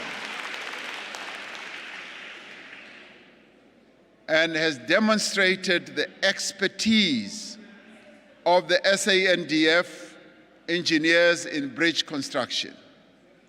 Earlier this week, I was in Tahalane village in Limpopo to launch a new road that is going to make a huge difference in the lives of neighboring communities. This road was constructed using block paving and other materials, which is a method that enables us to build durable roads faster and more cost effectively. I would like to see a situation where many of the roads that we have in our country, particularly in our township areas, in our rural areas, and in outlying areas, being paved, because paving is so much cheaper than using asphalt. The Rural Roads Program will use labor-intensive methods to construct or upgrade nearly 700 kilometers of rural road over the next few years. This social enterprise program includes access to roads in Limpopo, in the Eastern Cape, and to move from gravel to surface upgrades in the Free State, in Northwest, and capacity connectivity improvements in the Western Cape. Government has initiated the process of delivering the Umzimvubu Water Project. The project is made of a number of dams.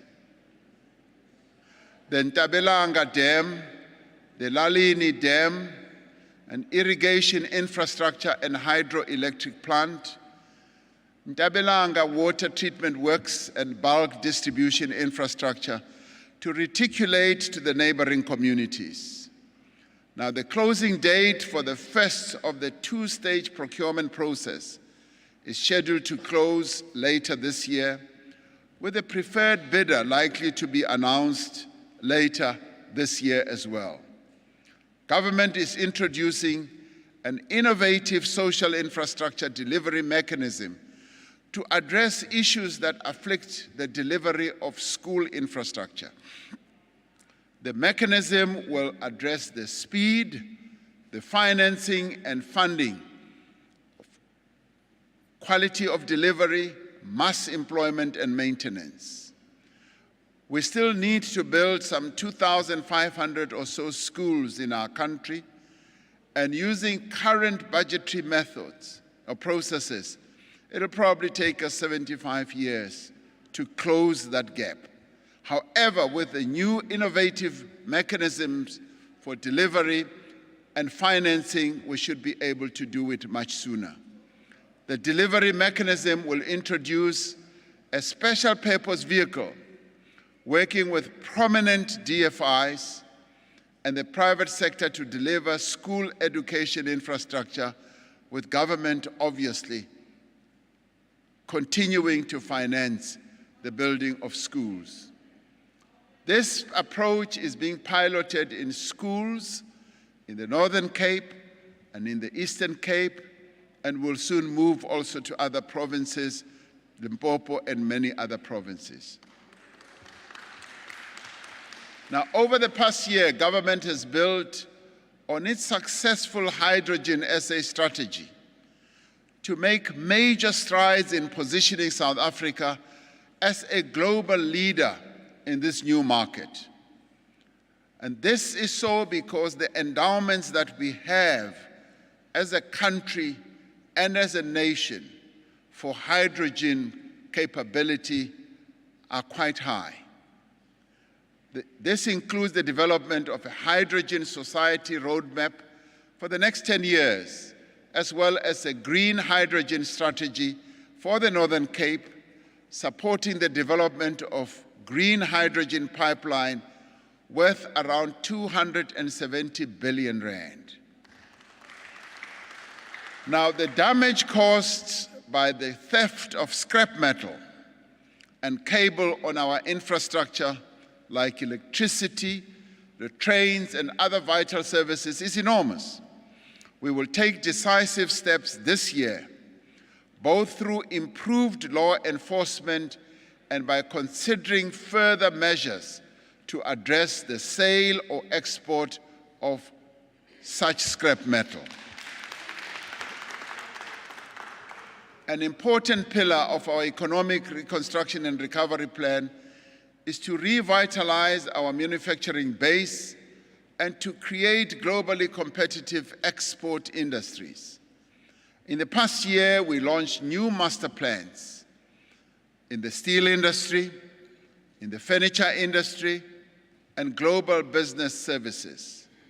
Now, through these plans, which build on the other master plans that are already in operation and that are already yielding quite a lot of investment as well as job creation.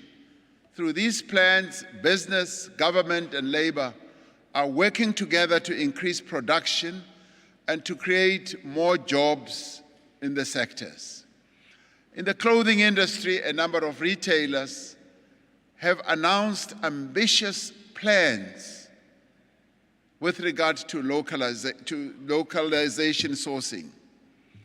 One of these retailers is Foschini, partly owned by workers, kindly made the suit that I'm wearing today at its new formal wear factory in Prestige here in the Western Cape in Epping. 5 years ago, more than 80% of all Foschini Group merchandise came from East Asia. Today, nearly half of their merchandise is locally made, which shows a great deal of progress. The genuine leather shoes that I'm wearing today were made by members. Listen, were made by members of the National Union of Leather and Allied Workers from Bolton Footwear in Cape Town and Dick Whittington Shoes in Pietermaritzburg in KZN. Now, the reason one says this is to say, let us all promote localization. Let us buy locally made clothes and products, because it does not only create jobs for our people here in South Africa. Local is lekker, and let us do that. If you look at countries such as China, what has catapulted or continue to catapult them to a higher level is that they, as Chinese, consume what is locally made. We can also move up that scale and see more growth in our economy as we buy more local products and everything else. Nearly 4 years ago, we set ourselves a target of mobilizing 1.2 trillion rand in new investment over 5 years. By the time of the third South African Investment Conference in November 2020, we had reached 776 billion rand in investment commitments. Next month, on the 24th of March, we will be holding the fourth South African Investment Conference in Johannesburg. We will seek to showcase the many investment opportunities available as South Africa continues its recovery from COVID-19, and we will also report back on the progress of previous commitments. Following the resolution of the African Union Summit over the past weekend, trading can now begin under the African Continental Free Trade Area Agreement. The market on the African continent is now wide open. South African companies are poised to play a key role in taking up opportunities that this presents for preferential access to other African markets. And wherever we have gone on the African continent, either on state visits and holding business forums, we have found a great deal of demand for South African companies to come and invest, but also for South African products. So the market is wide open for South African companies to trade with other countries on our continent. The Free Trade Area Agreement is about Africa taking charge of its destiny and growing its economies much faster and exponentially. We will continue to pursue Africa's health sovereignty, working with other African countries and international partners to support the strengthening of the continent's capacity to respond not only to COVID-19 pandemic, but to other pandemics that may well come. We will increase our efforts to develop Africa's ability to manufacture vaccines. We have made significant progress here in South Africa with regard to the manufacturing of vaccines. We now have 2 African companies, Aspen and BioVac, in which the government has a stake, which contracts to produce COVID-19 vaccines. 2 additional vaccine projects have also been announced. In addition, we have full local production capability for ventilators, hand sanitizers, medical-grade face masks and gloves, and therapeutic drugs and anesthetics. This production capability, which is worth many billions of rands of production annually, has been put in place in less than 2 years. When COVID arrived on our shores, we did not really have the full capability of manufacturing all these medical supplies that are diagnostic and therapeutics. We now have, which goes to demonstrate the resilience of South African businesses to rise up to the occasion. And when we set up at the continental level the African Medical Supplies Platform, many of our companies were able to start trading on that platform, exporting medical supplies to various countries on our continent, also internationally, and particularly to the other region of our continent, which is the Caribbean. South African products have been exported to various countries, securing them vital supplies and expanding jobs for many young South Africans. While we will help existing industries to grow, we are also turning new opportunities for growth and jobs. Government and the private sector have worked closely together to grow the global business services sector from a small group of companies to one of the world's leading players. And I should say here, South Africa has become an attractive market for global business services. Our young people are being employed in large numbers. The global business service sector is on track to create 500,000 new jobs over the next few years.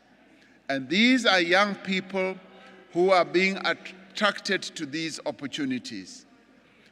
The hemp and cannabis, I go back to its sector, which is a new sector we are promoting, has the potential to create more than 130,000 new jobs.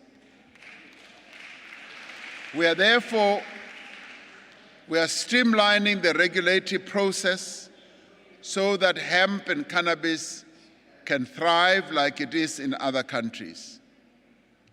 And as I said earlier, it is going to benefit a number of our people, particularly in those areas where this is grown in a big way as a great commodity.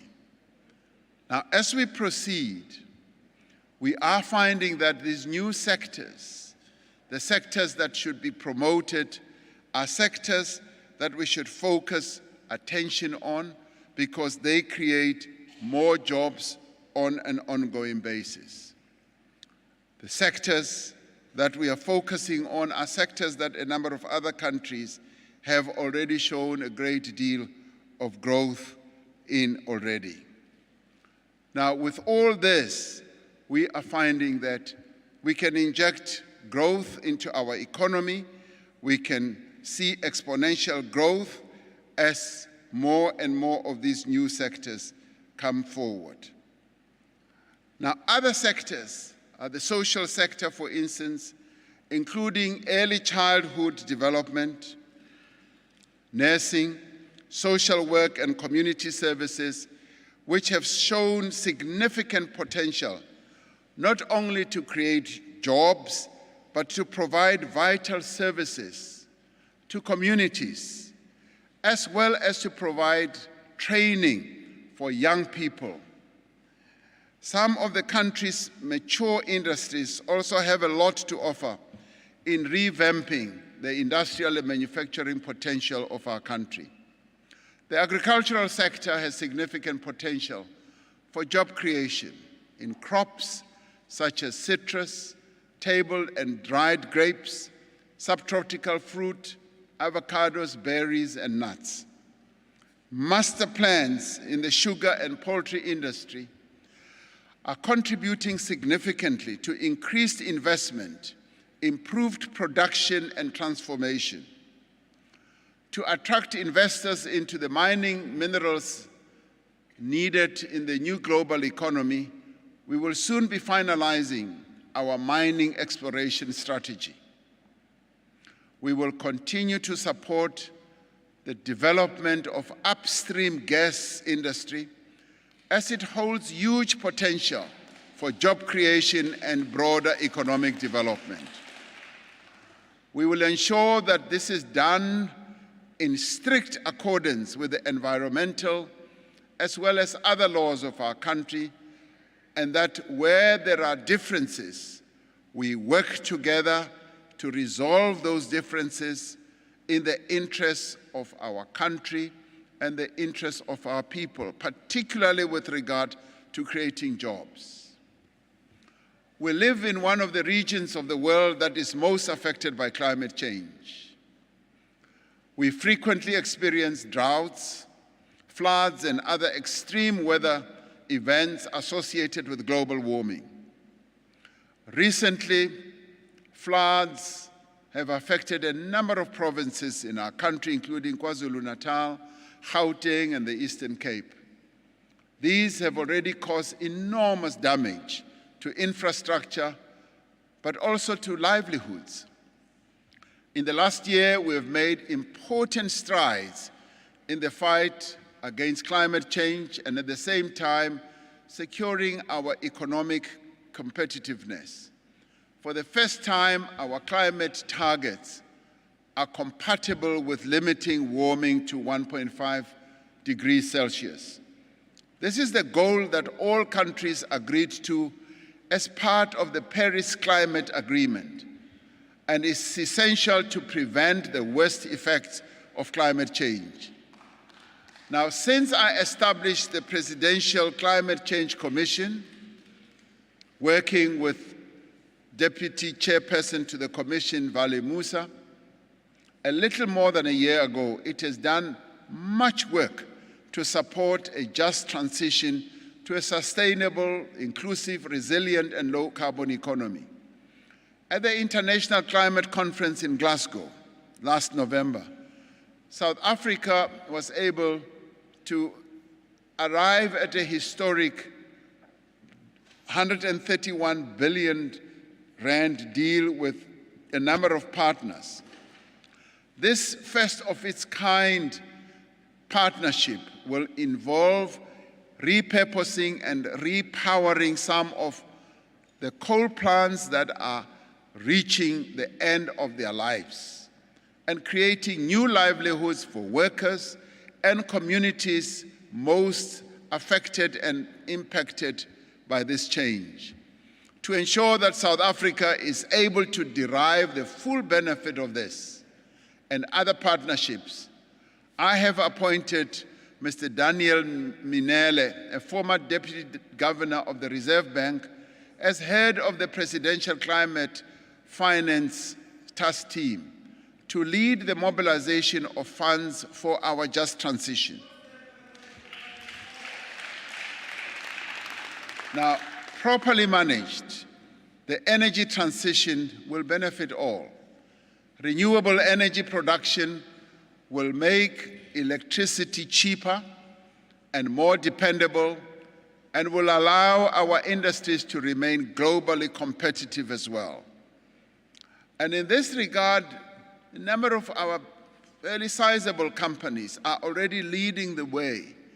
And it's important that as government, we walk in tow with the innovations, the technological advances that they have already embraced.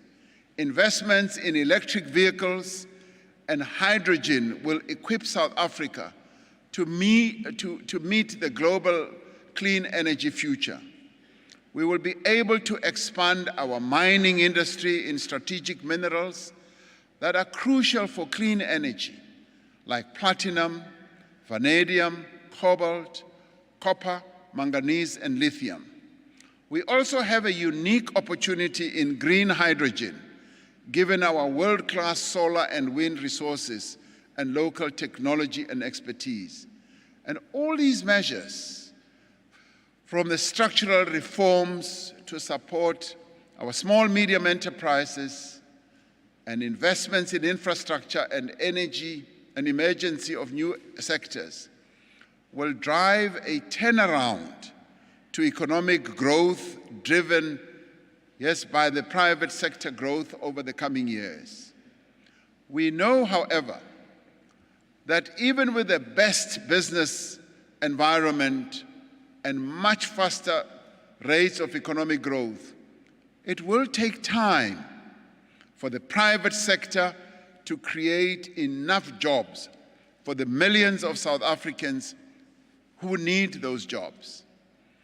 Our intention is to make sure that as a nation we leave no one behind. That is why we are expanding public and social employment. The first two phases of the Presidential Employment Stimulus Programs, which we launched in October of 2020, have supported over 850,000 opportunities. More than 80% of the participants in these opportunities were young people, and over 60% of the participants were women. Now, that is an important development. And we were able to do this within a short space of time. Once we were hit by COVID, we gathered our wits around and decided that we needed to give protection to our people and to expand employment opportunities. This program has also supported young women like Tracy Nkosi from Springs, who was employed as an education assistant in Welgedag Primary School, and who says this opportunity has motivated her to further her studies in the educational sphere. She was brought in when we brought in assistants into our schools at the height of COVID, and we brought hundreds of thousands of them, and Tracy is one of those.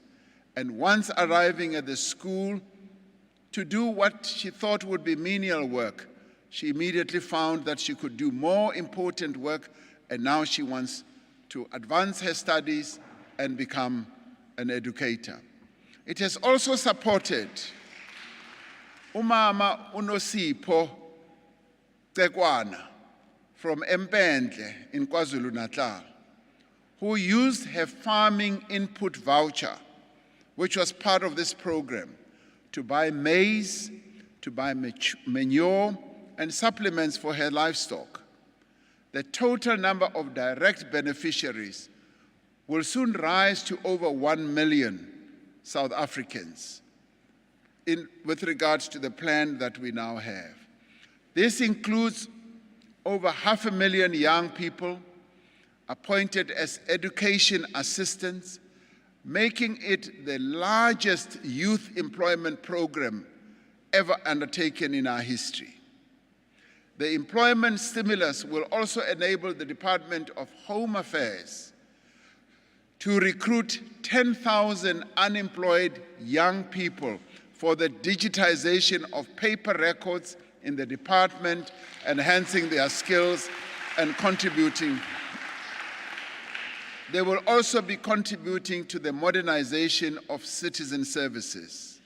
Now, these are young people that currently are unemployed that we will bring in. We would like to bring in more, but our fiscal position does not enable us to do so. The Social Employment Fund will create a further 50,000 work opportunities using the capability of organizations beyond government in areas such as urban agriculture, early childhood development, public art, and tackling gender-based violence. In addition to expanding public employment, we are providing support to young people to prepare them for the work and link them to opportunities in industries. To encourage hiring by smaller businesses, we will be increasing the value and expanding the criteria for participation in the Employment Tax Initiative. Now, this tax initiative has proven to be one of the most successful programs that we have put in place to bring in young people into the world of work. And invariably, the majority of them always find permanent employment once they are brought in through this program.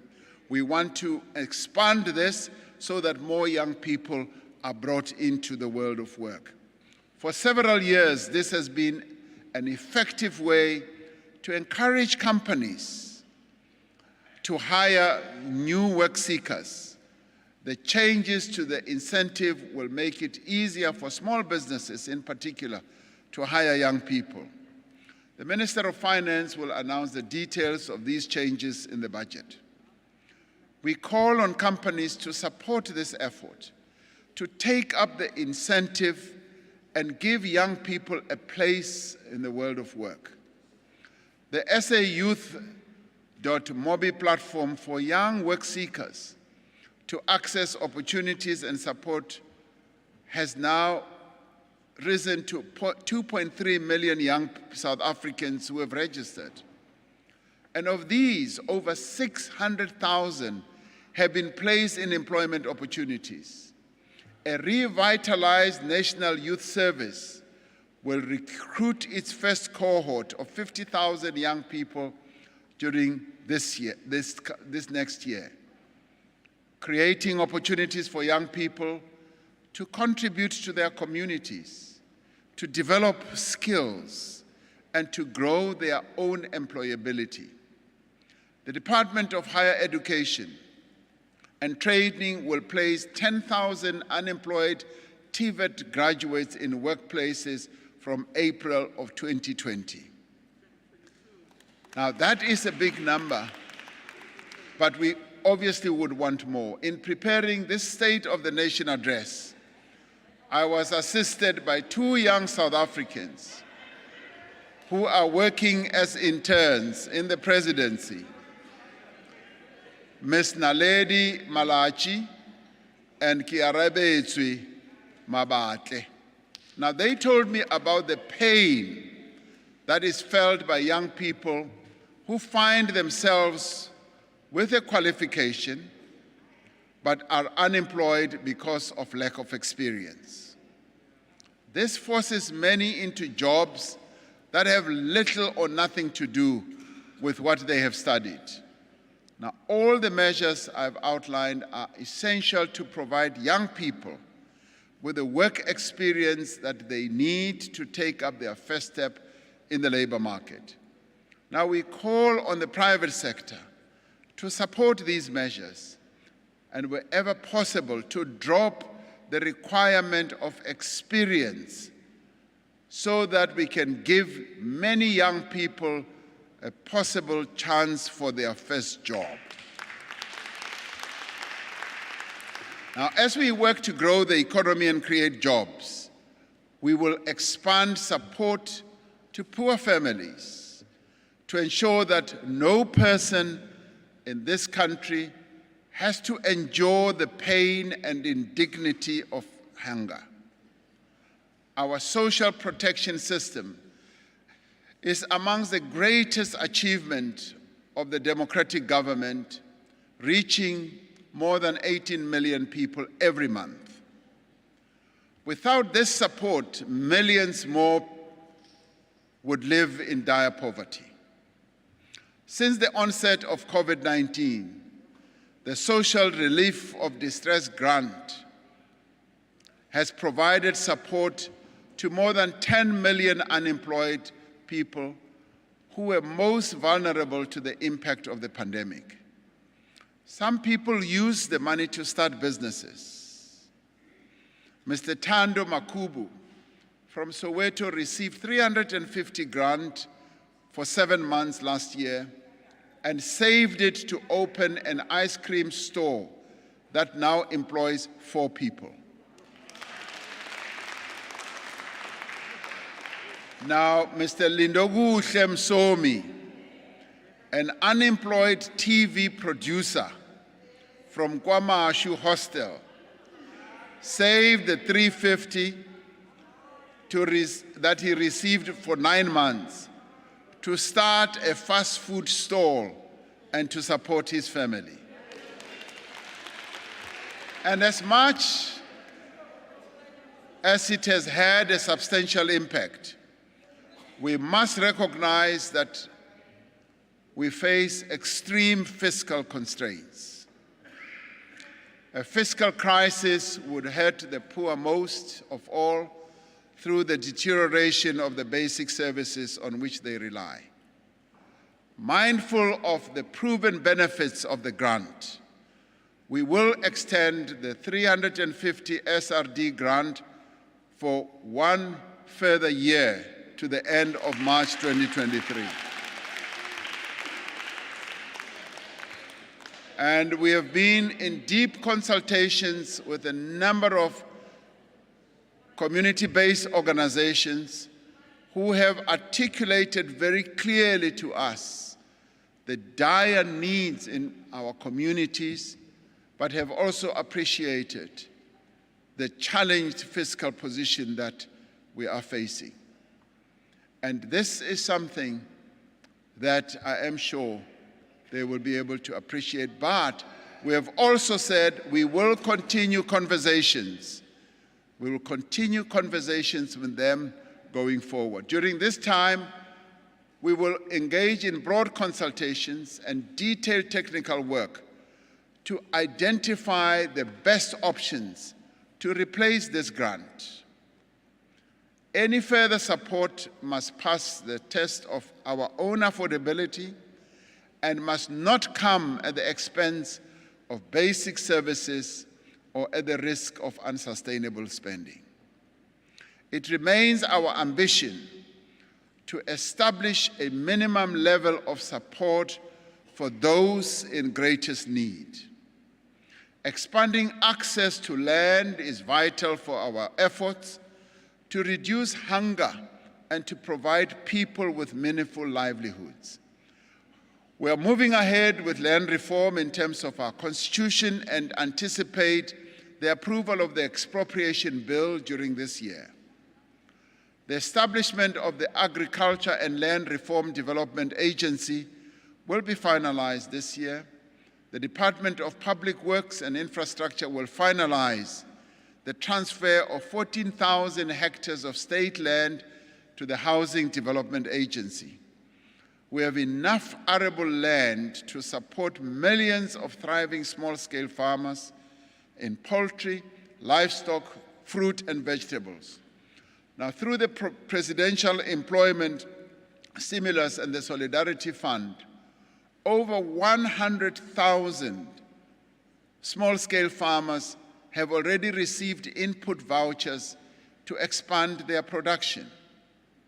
This scheme has proven to be effective and impactful, and it has established a very good delivery mechanism that ensures that we are able to reach so many of the small-scale farmers.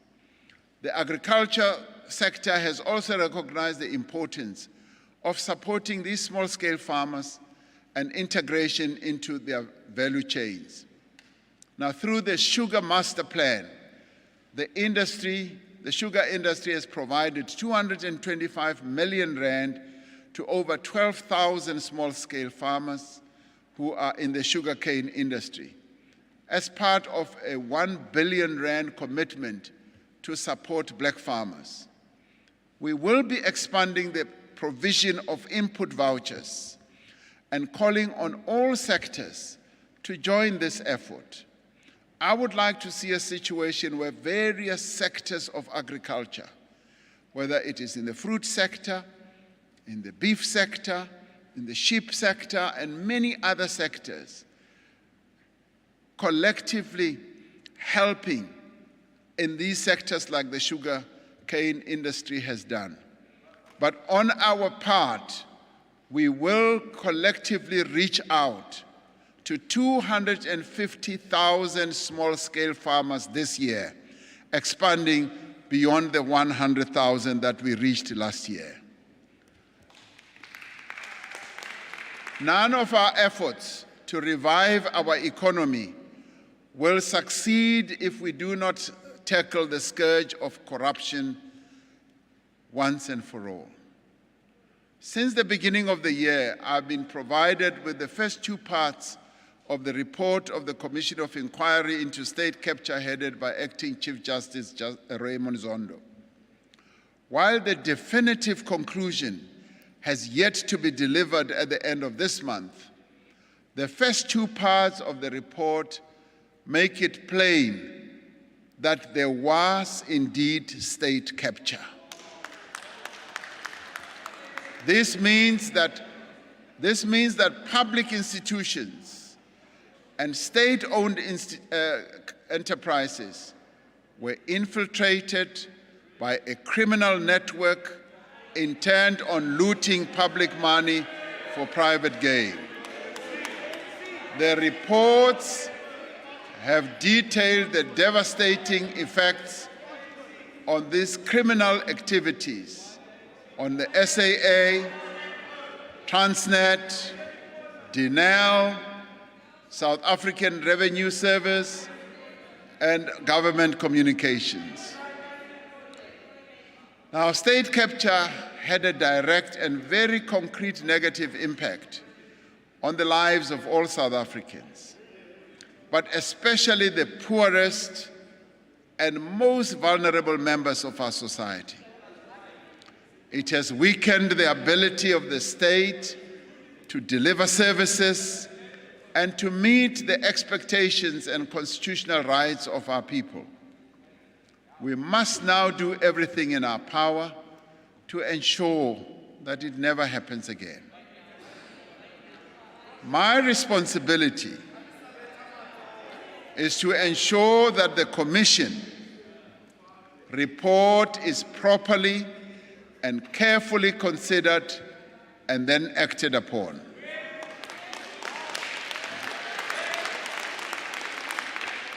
Now, by no later than June, I will present the plan of action in response to the Commission's recommendations.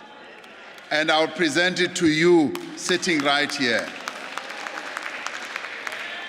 We will, as the Commission's first report recommends, strengthen the system to protect whistleblowers who are a vital safeguard in the fight against corruption and who take huge personal risk in reporting wrongdoing. We are doing a detailed review of all applicable legislation and a comparative study of other jurisdictions to strengthen whistleblower protection.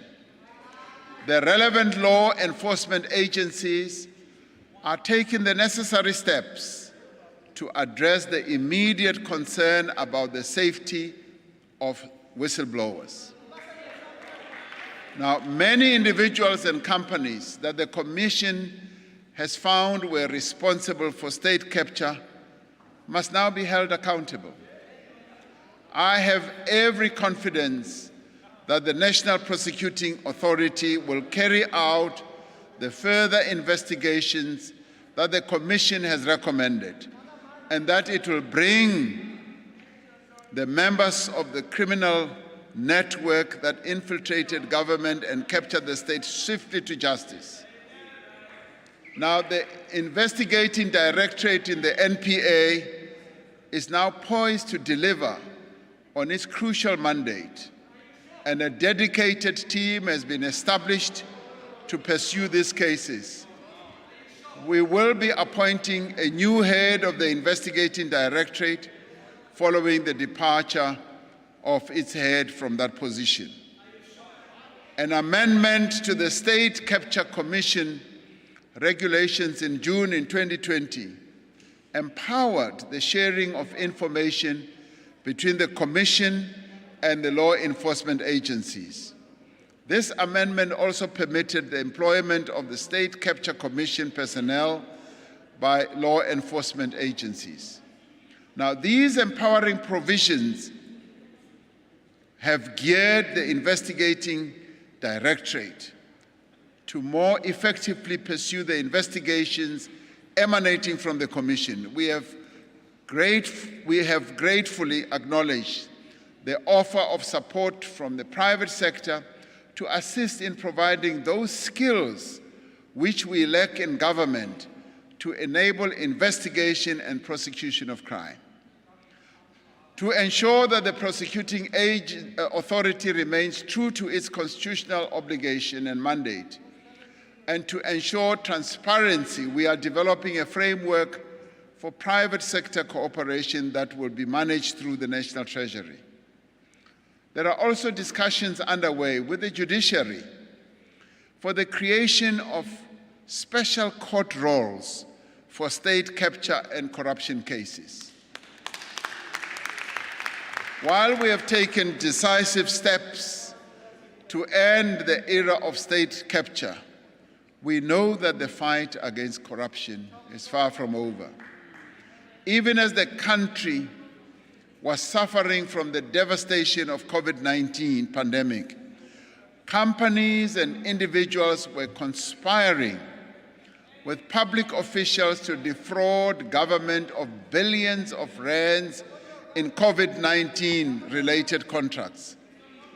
As soon as evidence emerged of this corruption, we acted. We withdrew certain emergency procurement regulations, set up a fusion center that brought together law enforcement agencies. We published the details of COVID-related contracts online and instituted the most extensive investigation that the Special Investigating Unit has ever undertaken since its formation. In December, the SIU submitted its final report on its investigation into COVID-related contracts. As a result, 45 matters with a combined value of 2.1 billion have been enrolled with the Special Tribunal. The SIU has referred 224 government officials for disciplinary action and has referred 386 cases for possible prosecution by the NPA.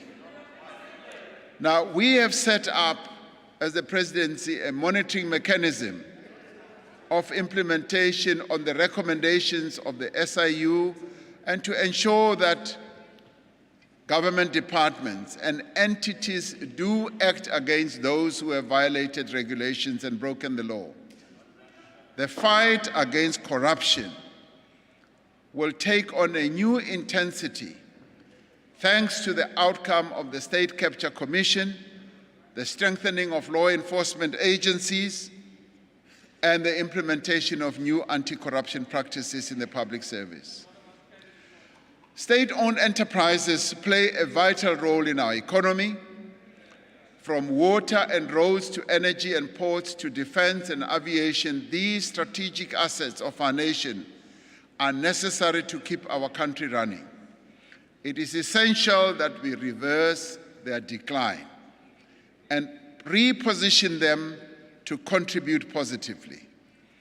We have therefore embarked on several immediate measures to restore these companies to health at the same time as we undertake far-reaching reforms that will make our SOEs more efficient, competitive, accountable, and sustainable. The Presidential SOE Council, which I appointed in 2020, has recommended that government adopt a centralized shareholding model for its key commercial state-owned companies. This would separate the state's ownership functions from its policy-making and regulatory functions, and to minimize the scope for political interference, introduce greater professionalism, and manage state assets in a way that protects shareholder value. Now, as part of this, preparatory work has begun for the establishment of a state-owned holding company to house strategic SOEs and to exercise coordinated shareholder oversight.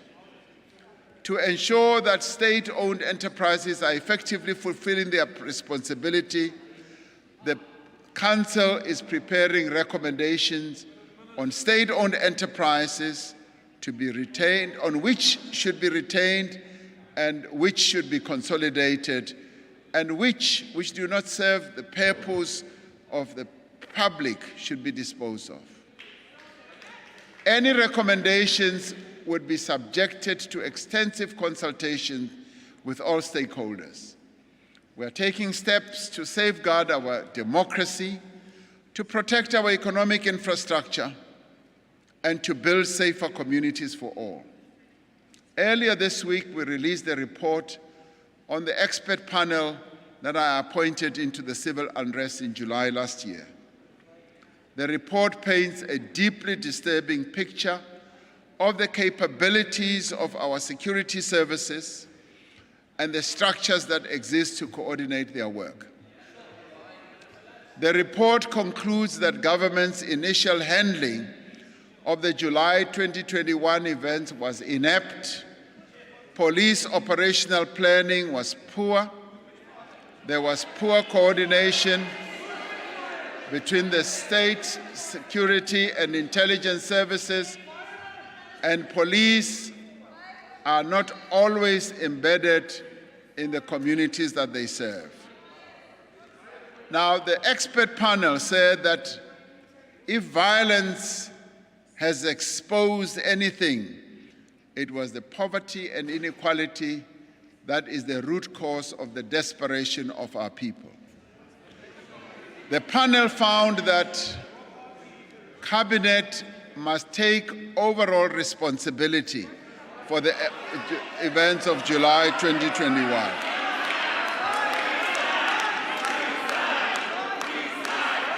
Now, this is a responsibility that we acknowledge and we also accept.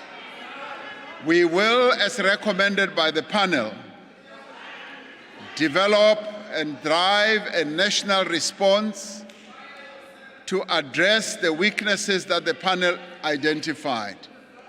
We will begin immediately by filling critical vacancies and addressing positions affected by suspensions in the State Security Agency and in crime intelligence.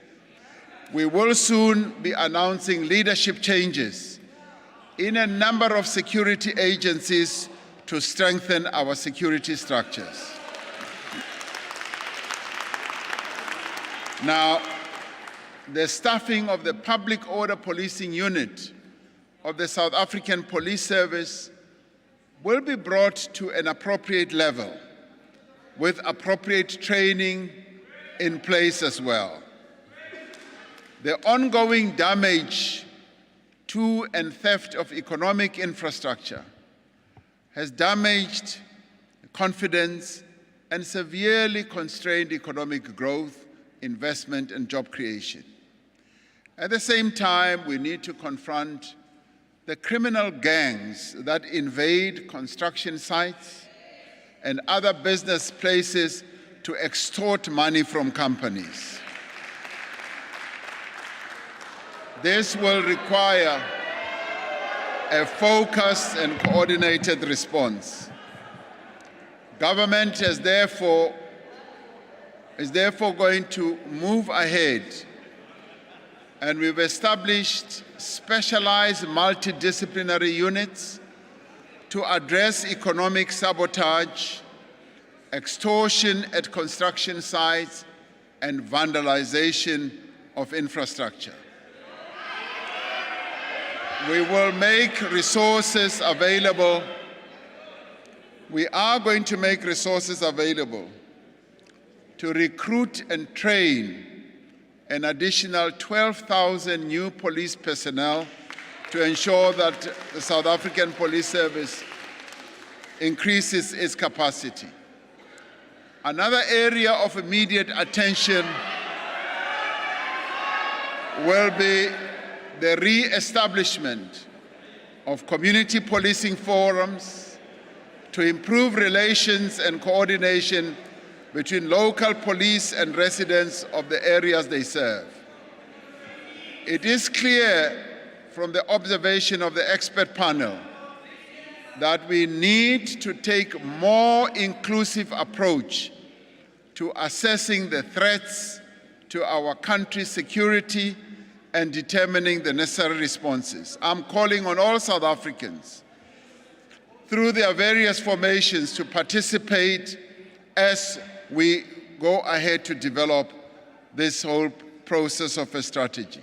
I will be approaching Parliament's presiding officers to request that Parliament plays a key role in facilitating inclusive process of consultation. The security services have been tasked by the National Security Council to urgently develop implementation plans that address the range of recommendations that have been put forward. Now, these measures will go a long way to address the serious concerns about the breakdown of law and order in society. This year, we are intensifying the fight against gender-based violence and femicide through the implementation of a strategic plan, and also taking other measures to promote the empowerment of women. Earlier this month, I signed into law the 3 pieces of legislation which you passed, which has strengthened the criminal justice system. That also promotes accountability across the state and also supporting survivors. Now, the implementation of this legislation will definitely go a long way to ensuring that cases are successfully prosecuted, that survivors of gender-based violence are protected, and that there are more effective effective deterrents in place. We have made significant progress in reducing the DNA backlog processing, reducing it from 210,000 exhibits to some 58,000 at present. However, the fight against gender-based violence will never be won unless, as a society, we mobilize all formations and all citizens behind a sustained program of social action. As the COVID-19 pandemic has starkly demonstrated, a nation's health is directly linked with economic progress and social development. We will continue with the work underway to ensure universal health coverage for everyone in South Africa, regardless of their ability to pay for medical services or not. While public hearings on the NHI bill are continuing in Parliament, much progress is being made in preparing for the introduction of the NHI. More than 59 million people are registered on the health patient registration system. By September 2021, more than 56,000 additional health workers had been recruited and more than 46,000 community health workers integrated into the public health system. For the last 2 years, the education of our children and young people has been severely disrupted. As we return to normal educational activity, we will work harder to ensure that all learners and students get the quality education that they need and deserve. Government must work for the people. That is why our foremost priority is to build a capable, ethical, and developmental state. We will soon be finalizing a framework for the professionalization of the public service. This will include tighter measures for recruitment of public servants, continuous professional development through the National School of Government, and partnerships between state bodies, professional associations, and universities. We will continue with various processes to ensure that we strengthen the public service. And in this regard, we will ensure that the public service who are going to be holding their important strategic conference later is able to address the challenges that our people face. This year, we will continue with the implementation of the district development model.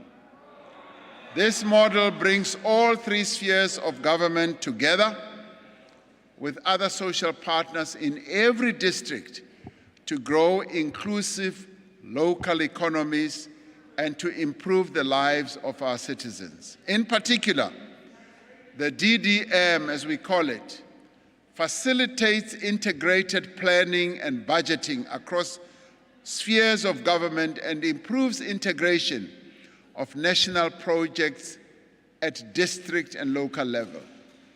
While there are many parts of the state that require much work, there are institutions that continue to serve the people of this country effectively and efficiently. One such institution is the South African Revenue Service, which will be turning 25 years this year. While SARS was badly damaged by state capture, and it has made remarkable progress in restoring its integrity, its credibility, and its performance. Since its formation, SARS has collected some 16 trillion rand for the country's social and economic development. This revenue has enabled government to improve the lives of millions of South Africans through the provision of healthcare, education, social grants, and other basic services. A capable state is not only about the quality of public servants, but it is also about the efficiency of its institutions. It is also fundamentally about how citizens are empowered to participate.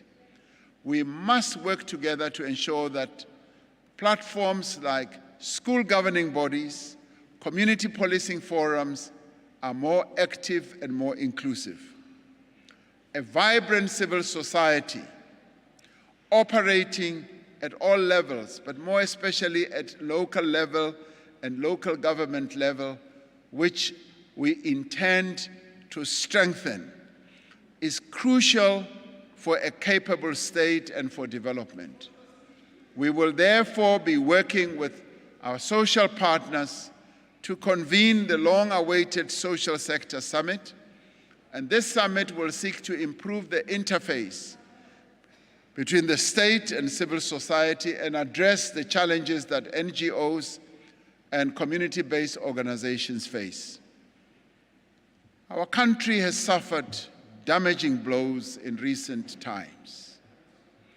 A confluence of forces, many of them from outside of our control, has brought us to where we are now. We face steep and daunting challenges. Indeed, we are engaged in a battle for the soul of this country, but there can be no doubt that we will succeed. We will emerge victorious in all these challenges that we face. We will never be defeated. And you know why? Because the spirit of resilience is deeply embedded in our DNA as South Africans. So I ask every South African to rally together, whether we agree with each other on certain issues or not, but there is a lot that binds us together. I ask all of us to rally together, to fight against corruption, to also be involved collectively in our fight to create jobs, in our fight to achieve a more just and equal society. We have faced many crises in our past, and we have always overcome them. We have been confronted with difficult choices, and we have made those choices. In trying times, we have shown courage and resilience. Time and time again, we have pulled ourselves back from the brink of disaster and inspired hope, renewal, and progress. And we must do so again, now as we face these many challenges. I call upon all of us to forge this new consensus. And this consensus should not only be privy to government, business, labor, and communities, it should also be a consensus in which all of us join in, so that we can confront a new reality, a consensus that unites us behind our shared determination to reform our economy and to rebuild our institution. If there ever was a time when we should work together, this is the time for us to work together. So let us go ahead and work together instead of some of us tearing this country apart, instead of some of us tearing our democracy apart. This is the time for us to work together, and let us together build our country. But more importantly for me, this is the time, with all the economic measures that we've announced, as well as the other social protection measures that we've put forward, this is the time to leave no one behind. We must all move together as one, as South Africans. I thank you.